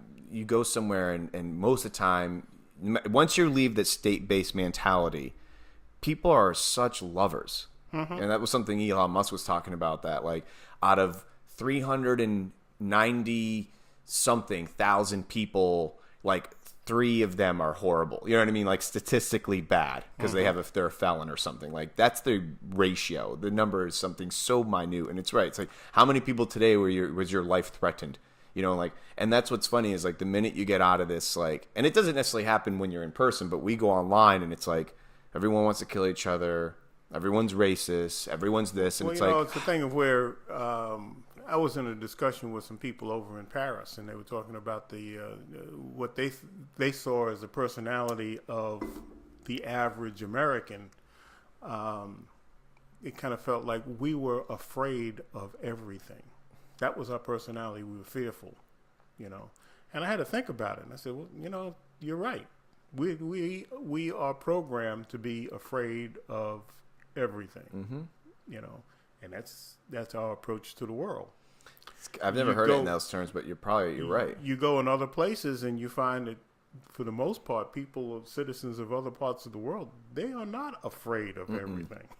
You know, It's so funny because now you're making me remember even things like when when I was living in Costa Rica. I used to live in Costa Rica for about 1.5 to 2 years, and people would come visit.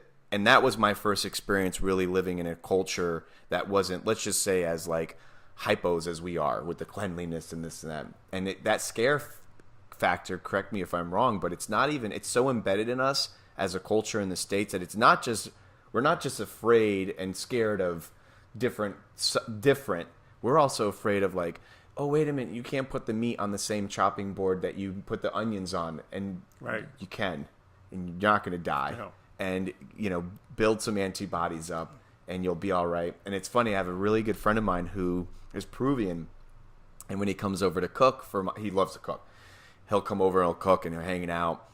If there's people here that aren't accustomed to, like, he's the kind of, and it's an experience with him. It's not just like he's in the corner. He's he's cutting in front of you and he's showing you. But he's one of these guys that comes on these soccer tournaments with me, and there's always a couple of people. And they're like, you can't, and he does that, you know, he's got the meat, and then he do that, and then he puts the onion. It's like people are like, oh no, like you know, we were so programmed that like you got to wear your gloves for this or that, but it's true. It's so, I don't know, but I think, you know, so like Elon Musk, I keep bringing him up because I was so touched by that. Rogan closes his podcast with like, what do you want to tell the millions of people that are literally watching this? And he's like, one thing that was fascinating, and I pray for this every day, like quick with my mind, slow with my tongue, and it doesn't, I'm nowhere near that expertise yet, but he does.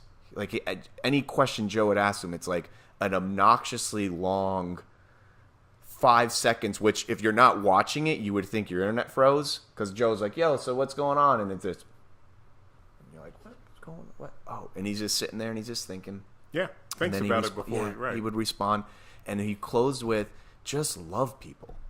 But he wasn't being like flamboyant about it, like love everybody, and like, you know, wearing a shirt. Like it was just, love, man. Like, honestly, you would be, who's out there really trying to kill you? You know, like, yes, are they out there? 100%. Are they next door to you? The likelihood is very slim. Figuratively and literally. And it's like love and just, I don't know. That's why this is probably the biggest, like, is why I'm doing this, is just I love this. Like, I love people, if people just stopped for a minute.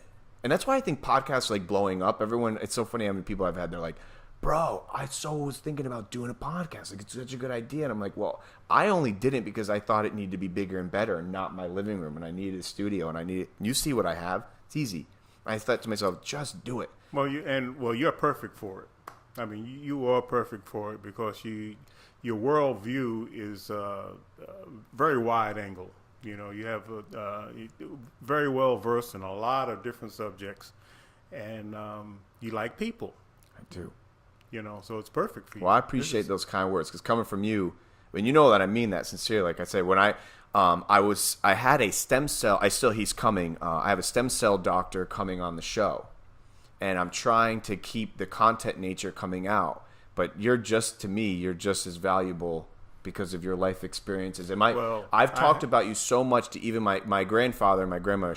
They're so dear to me, and I see my grandfather every week religiously, but I talk with him literally on a daily basis, if not hourly, because we watch a lot of soccer. He comes to my soccer games. There's a game tonight. And I've unfortunately I had to push it off to the side, the living on a sailboat, because I just know that I can't, and it's tough for me because I know nothing's impossible. I could, but it's just not practical because I really can't. I can't tinker. Well, I came up with this whole concept of the fact that I wanted to live on a sailboat in 1977. And I didn't get a boat until 2002. See, so. And that made me feel good when you did share that with me. Yeah, I remember because I think we're in that. I'm guilty as charged. I guess I'm a millennial, but I am programmed to think a little bit like, I want that. I'm gonna get it. You know, like I'll just put it on a credit card, and that's not how I was approaching this. This was, can I do this? Can I protect my wife? Can I really? And I know that I'm not ready yet. Yeah. I'm really not. I know in my heart that I'm not. And it's not even just a money thing. It really came down to, I'm not. And I'm going to do it the right way. I still have all my notes. I can't wait to go to the school and do it the right way. And then, of course, what I'm going to do, and I can't wait to do it, is begin to start to surround myself by 10 of you. You know, that, and like you have taught me, like, start hanging around the marinas and go and learn, and because it's definitely talk to people, right? And you're doing, like you said, you're doing it right because there's a season for everything, and you recognize this is not your season right now, right? This is not it, and I had to go through a number of seasons before I kind of realized, all right, I'm ready, you know. So it's pretty surreal though that you did it, and now she's on to the next. Yeah, Shabumi's on to that is surreal. And I mentioned this to a number of people. I think I even mentioned it to you when we met over at Entrepreneur. You said something to me, and I'm really guilty as charged. It was a compound. It was two words. Psycho-cybernetics. Psycho-cybernetics. It's a book. Oh, it's an actual book. It is a book. It was written probably in the 70s. But it's a science that I guess the guy was a plastic surgeon that he came up with. That's what you were telling me. And for the most part, any major thing that's reasonable that you put in your subconscious mind, that your subconscious mind is not going to let go of it. You know, and once it becomes real to your subconscious mind, you're going to achieve it. So you got to be careful about what you come up with. You know, some people come up with some pretty cynical stuff that right, you know, gets them in trouble. But for the most part, if you have a dream, a long-term dream, like I didn't realize during a period of time it was like 25 years from 1977 to 2002, that dream was just germinating in the back of my head while I was doing other things, not even consciously thinking about it. Right. But one step at a time, slowly but surely, it was leading me toward that dream. You know, and that's basically that psycho-cybernetics. I love it. That's why I remember you were the first one I walked in, and boom, you were right there. And your fine friend over to your right. Yeah, Carl. Yeah. But yeah, psycho-cybernetics. I remember you blowing my mind, as usual, in a good way. I remember going, what, this is what I want to talk about. Well, If I'm- and you know, we wasted all of the, this great podcast and whatnot talking about aviation and all this other good stuff. Hopefully, folks will get something out of that. But no, but that is a science that I have found over a period of time. If you look back on your own life and think about all of the things when you were younger that you wanted to do, and then maybe you put them aside. Now you look back and you realize I did all of those things. Yeah. You know, those things did fall into place. Some of them may be still coming, but Right. Those things fall into place. So in the book Psycho-Cybernetics, the doctor was Maxwell Maltz, I believe is what his name was. And he said that if you can actually envision what you want and do it in color, and envision texture and color and size and shape and all of that, it'll come quicker. But once your subconscious mind starts wrapping itself around a goal, It'll get you're gonna get there. So I never knew how to put it in such a beautiful term, but I'm a firm believer in that. If it's a belief, I know it's a fact. It literally, I'll never forget. It's funny because we didn't get to talk like this as much as we did now about it. But when I was growing up, I always wanted to be a teacher, but I never went to school. I went to DBCC for 2 years, but it was almost kind of like go. Like I wasn't passionate about it. I met wonderful people, thank God, that I'm still friends with now, but I didn't care about the scholastics at all. And I have my own regrets with that because I feel like but my point is I always wanted to be a teacher. I was young. That's what I would tell people. Like, I want to be a teacher. Well, I got to teach, but I never knew it would happen by means of being in a third world country, without the diploma and without that, because what mattered the most was what I was teaching was involuntary, was English, and I got to teach, and it put so many things in perspective because I actually wanted to. I did it, and it taught me that I didn't want to. By the time I was there, I knew that I wasn't something that I would want to do forever, but I got to do it. Well, I mean, look at what you're doing now. Right. For the most part, with your podcast, on a number of levels, you're teaching. It's just on the, I guess you're right. It's a different format, different forum, but you're teaching. So that subconsciously, you're right. The reason that you wanted to teach is being manifested now. Man, it's a thing of, but it doesn't always show up like a chalkboard. It doesn't. A chalkboard in the classroom. It never does. Right. Well, no, not just that, but it never happens. Like you said, that's actually not only like I've used that since I read it. It's a biblical thing. Life seasons. I love that because it truly is. And that's one of those things that I was talking about earlier was I wish. And I say wish because this is just my own, once again, I'm going to use the word naive because I wasn't exposing myself as much as I guess it comes with age, but I didn't realize that life isn't going to always be great. Like life is good and bad. And I feel like that's probably what's taught me to be, like, I try to do more fighting when things are well than just waiting for things when to go bad. Like, I'll never forget when I first went independent and I had my first 2 clients, and then like I wanted to get, there was a part of me that wanted to go cruise control for a minute. Like, oh, I'm just going to take this day off. I got clients. And thank God, I was like, no, this is when I'm going to actually go. You can use all the cool little acronyms you want, but R&D or research or whatever. That's when I would go like, wait a minute, I got some time to kill. I should probably invent a new promo, a new idea, a new concept. Invest that time back into the business. Right. And thank God I've always stayed that way. Now, one thing I've always dealt with too, though, Cap, is I just recently sat down with a friend of mine. I say recently in the last year or two, so I don't see him very often. He's a 10-year vet and is a Navy SEAL. And man, what I've learned from him just over a beer, just the things that he's seen. He doesn't even like tell me anything. I just watch his mannerisms. And I remember telling him one day with me, he would come to visit, and I'd be like, dude, I feel like a failure every day. Not in a bad but just like I don't know what I'm doing. I still can't believe I've been doing this 10 plus years, and I feel like a failure. And it's like he's so nonchalant about it. He's like, bro, imposter syndrome. You don't know what that means? And I'm like, wait, of course that's my buddy. Like says something that has like 10 years of research I had no clue about because I wasn't classically gifted.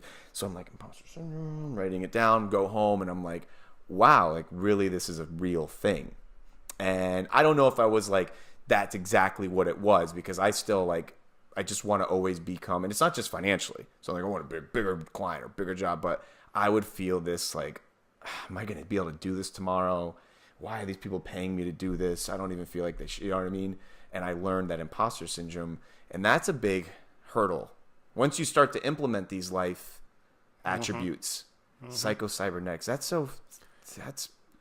then there's that. Powerful. It's very, very powerful. I'm glad that I tripped across it when I did, the age that I was, because I guess I must have run across that when I was about 30.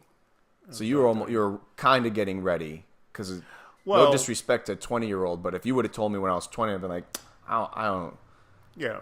And, and at the time that I read it, I was more or less kind of floundering around. That was not long after I started working for the FAA.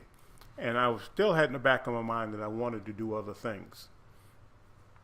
And that, this air traffic control job was going to be a temporary job. And then I read the Psycho-Cybernetics, and I kind of realized then that I really didn't know what I wanted. What this author was saying was, you put your goal in your mind and you add color and texture and everything to it. And I realized, all right, if I got the color and the texture and all of this, but I don't have a real goal. What is it? What is it? What is what is this? And so that, that kind of started shaping,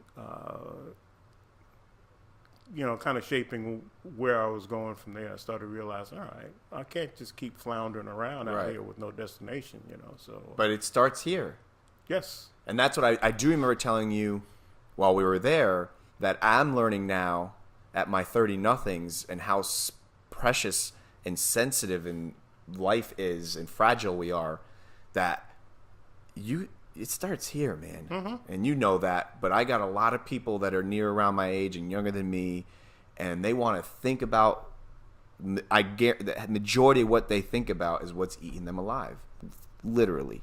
Yeah. And it's sad because, we can go, that's a whole nother tangent, but we're just covering stuff up with other things. There's a pill for it, there's a book for it, there's a this for it, when it's like except when I'm like, my saddest parts of my life, excluding deaths and excluding things that I can't control, are when I'm hurt physically because I can't play soccer. That's my biggest hardships. I'll never, like, the few injuries that I've had, thank God, that have been detrimental to my play, whether it's a rolled ankle or something where I know that I can't play now for a period of time. Even if I wanted to, I have to wait. Those periods, I try to make sure that I've learned this from a holistic doctor outlook here in town too. His name's Adam Limnouni, Dr. Limnouni here. Great guy. He's going to be coming on the show too. But he not only taught me how to live better physically with the walk. It's another thing, just a simple walk a day, all these little things. But I would worry so much, like that hypochondriac, like, is it going to get any better? Like you keep tonguing that sore and you're like, oh my God, oh my God, oh my God. And it's like, I really am a firm believer in that it's not only just goal driven, but I think it can be, would you agree, it's even like health driven? Like, oh, yes. I'm hurt right now, but I'm going to get better. I know. That's what you want to focus on, is the improvement, not the, not the ailment, not yesterday. I hear it all the time, and people kind of laugh at you or what you think, and that's no joke. It's true. What you put in your mind is who you are. Mm-hmm. Your diet is a lot more than what you eat and what you drink. It has to do with who you associate like with. This. Right. Who you listen to, what you tell yourself. What music you turn on. That's all part of your diet. Yep. And I've come to find out over the years, and I know so far I'm the oldest that you've had on. I guess I'm the eldest statesman. I think you win that. Probably the eldest statement. Probably will be based on the demographics of the area here. Probably will be for the longest time. But I've found over the decades that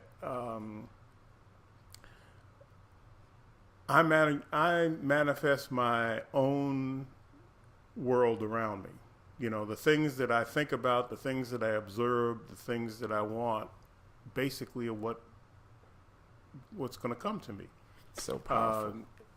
You know, maybe, and sometimes I think, well, I'm not thinking high enough. You know, I'm not bringing in, and basically, I don't want to bring in. There was a period of time when I was fairly well off. You know, I had this little general contracting firm where we had, I built 27 single family houses, and we were doing pretty well. I had a lot of money, and I had a lot of misery, because all of the stuff that I was putting in my mind was all of the negative things that could happen. And quite naturally, since I focused on that, a lot of those negative things did happen. Really? Yeah. And I believe this, but this is, I mean, I believe this, like you really did. Like it started, your woebegons became reality. Right. I focused on the obstacles and wind up tripping over them. Wow. You know, that kind of a thing. So, you know, over the years, I started realizing I have to be very, very careful in terms of, well, what do I think?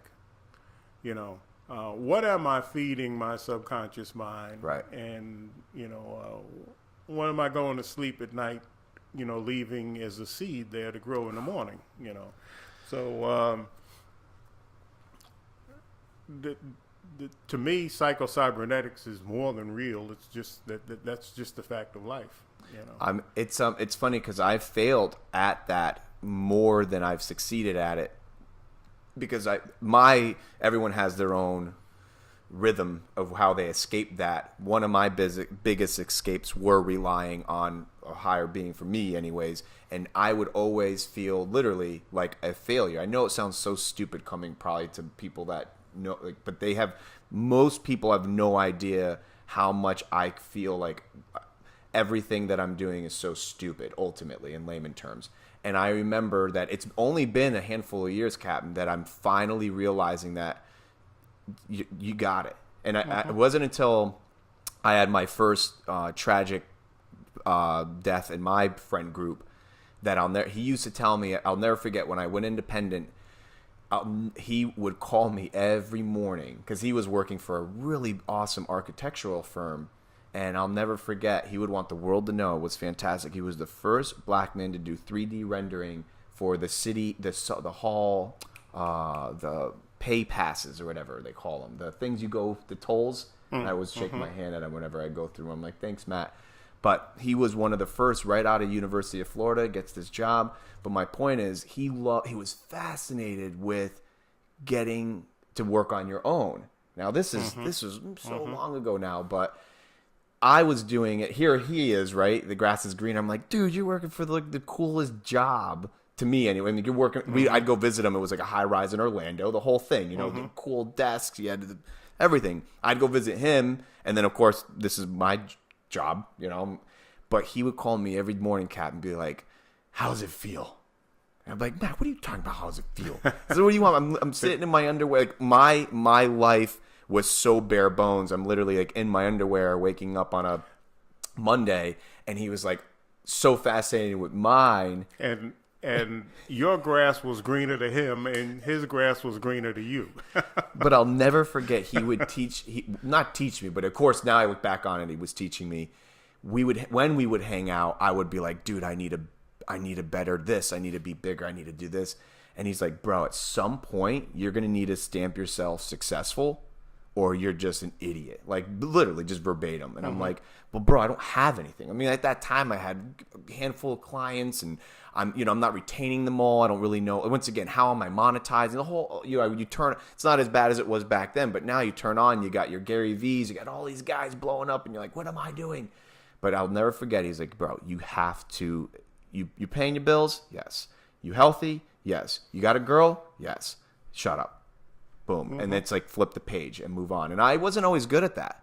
I'm starting to get to a point now where I'm going to make it. Like and it's tough because I'm sure the outside in looks at me and they're probably like, oh yeah, Chenzo thinks he's the best or whatever because I have to do the branding and I got to have this. But I never wake up in the morning. I'm like, I got this. I don't. I feel like it's actually detrimental to getting it. But I am learning also that as long as I stay humble, And it's like, as I believe, like, I think that goes in parallel, though. You got to, right? You can't just wake up and be like, got it. You heard it, like, FU money kind of people, like, that. I'm like, I'm not, no. No matter how successful I get. Well, the thing is, I believe is that,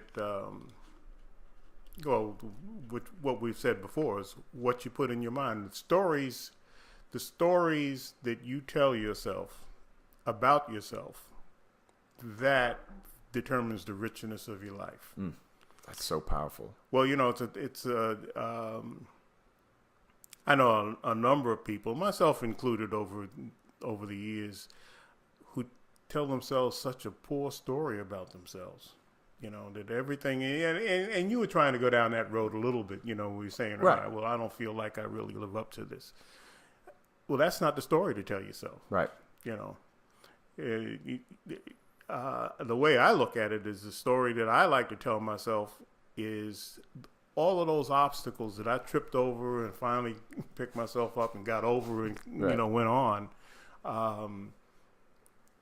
That is making my story even richer, and I'm looking forward to, now here I'm 71 years old, and I'm still looking forward to the future. I figured I haven't done my best project yet. I love it.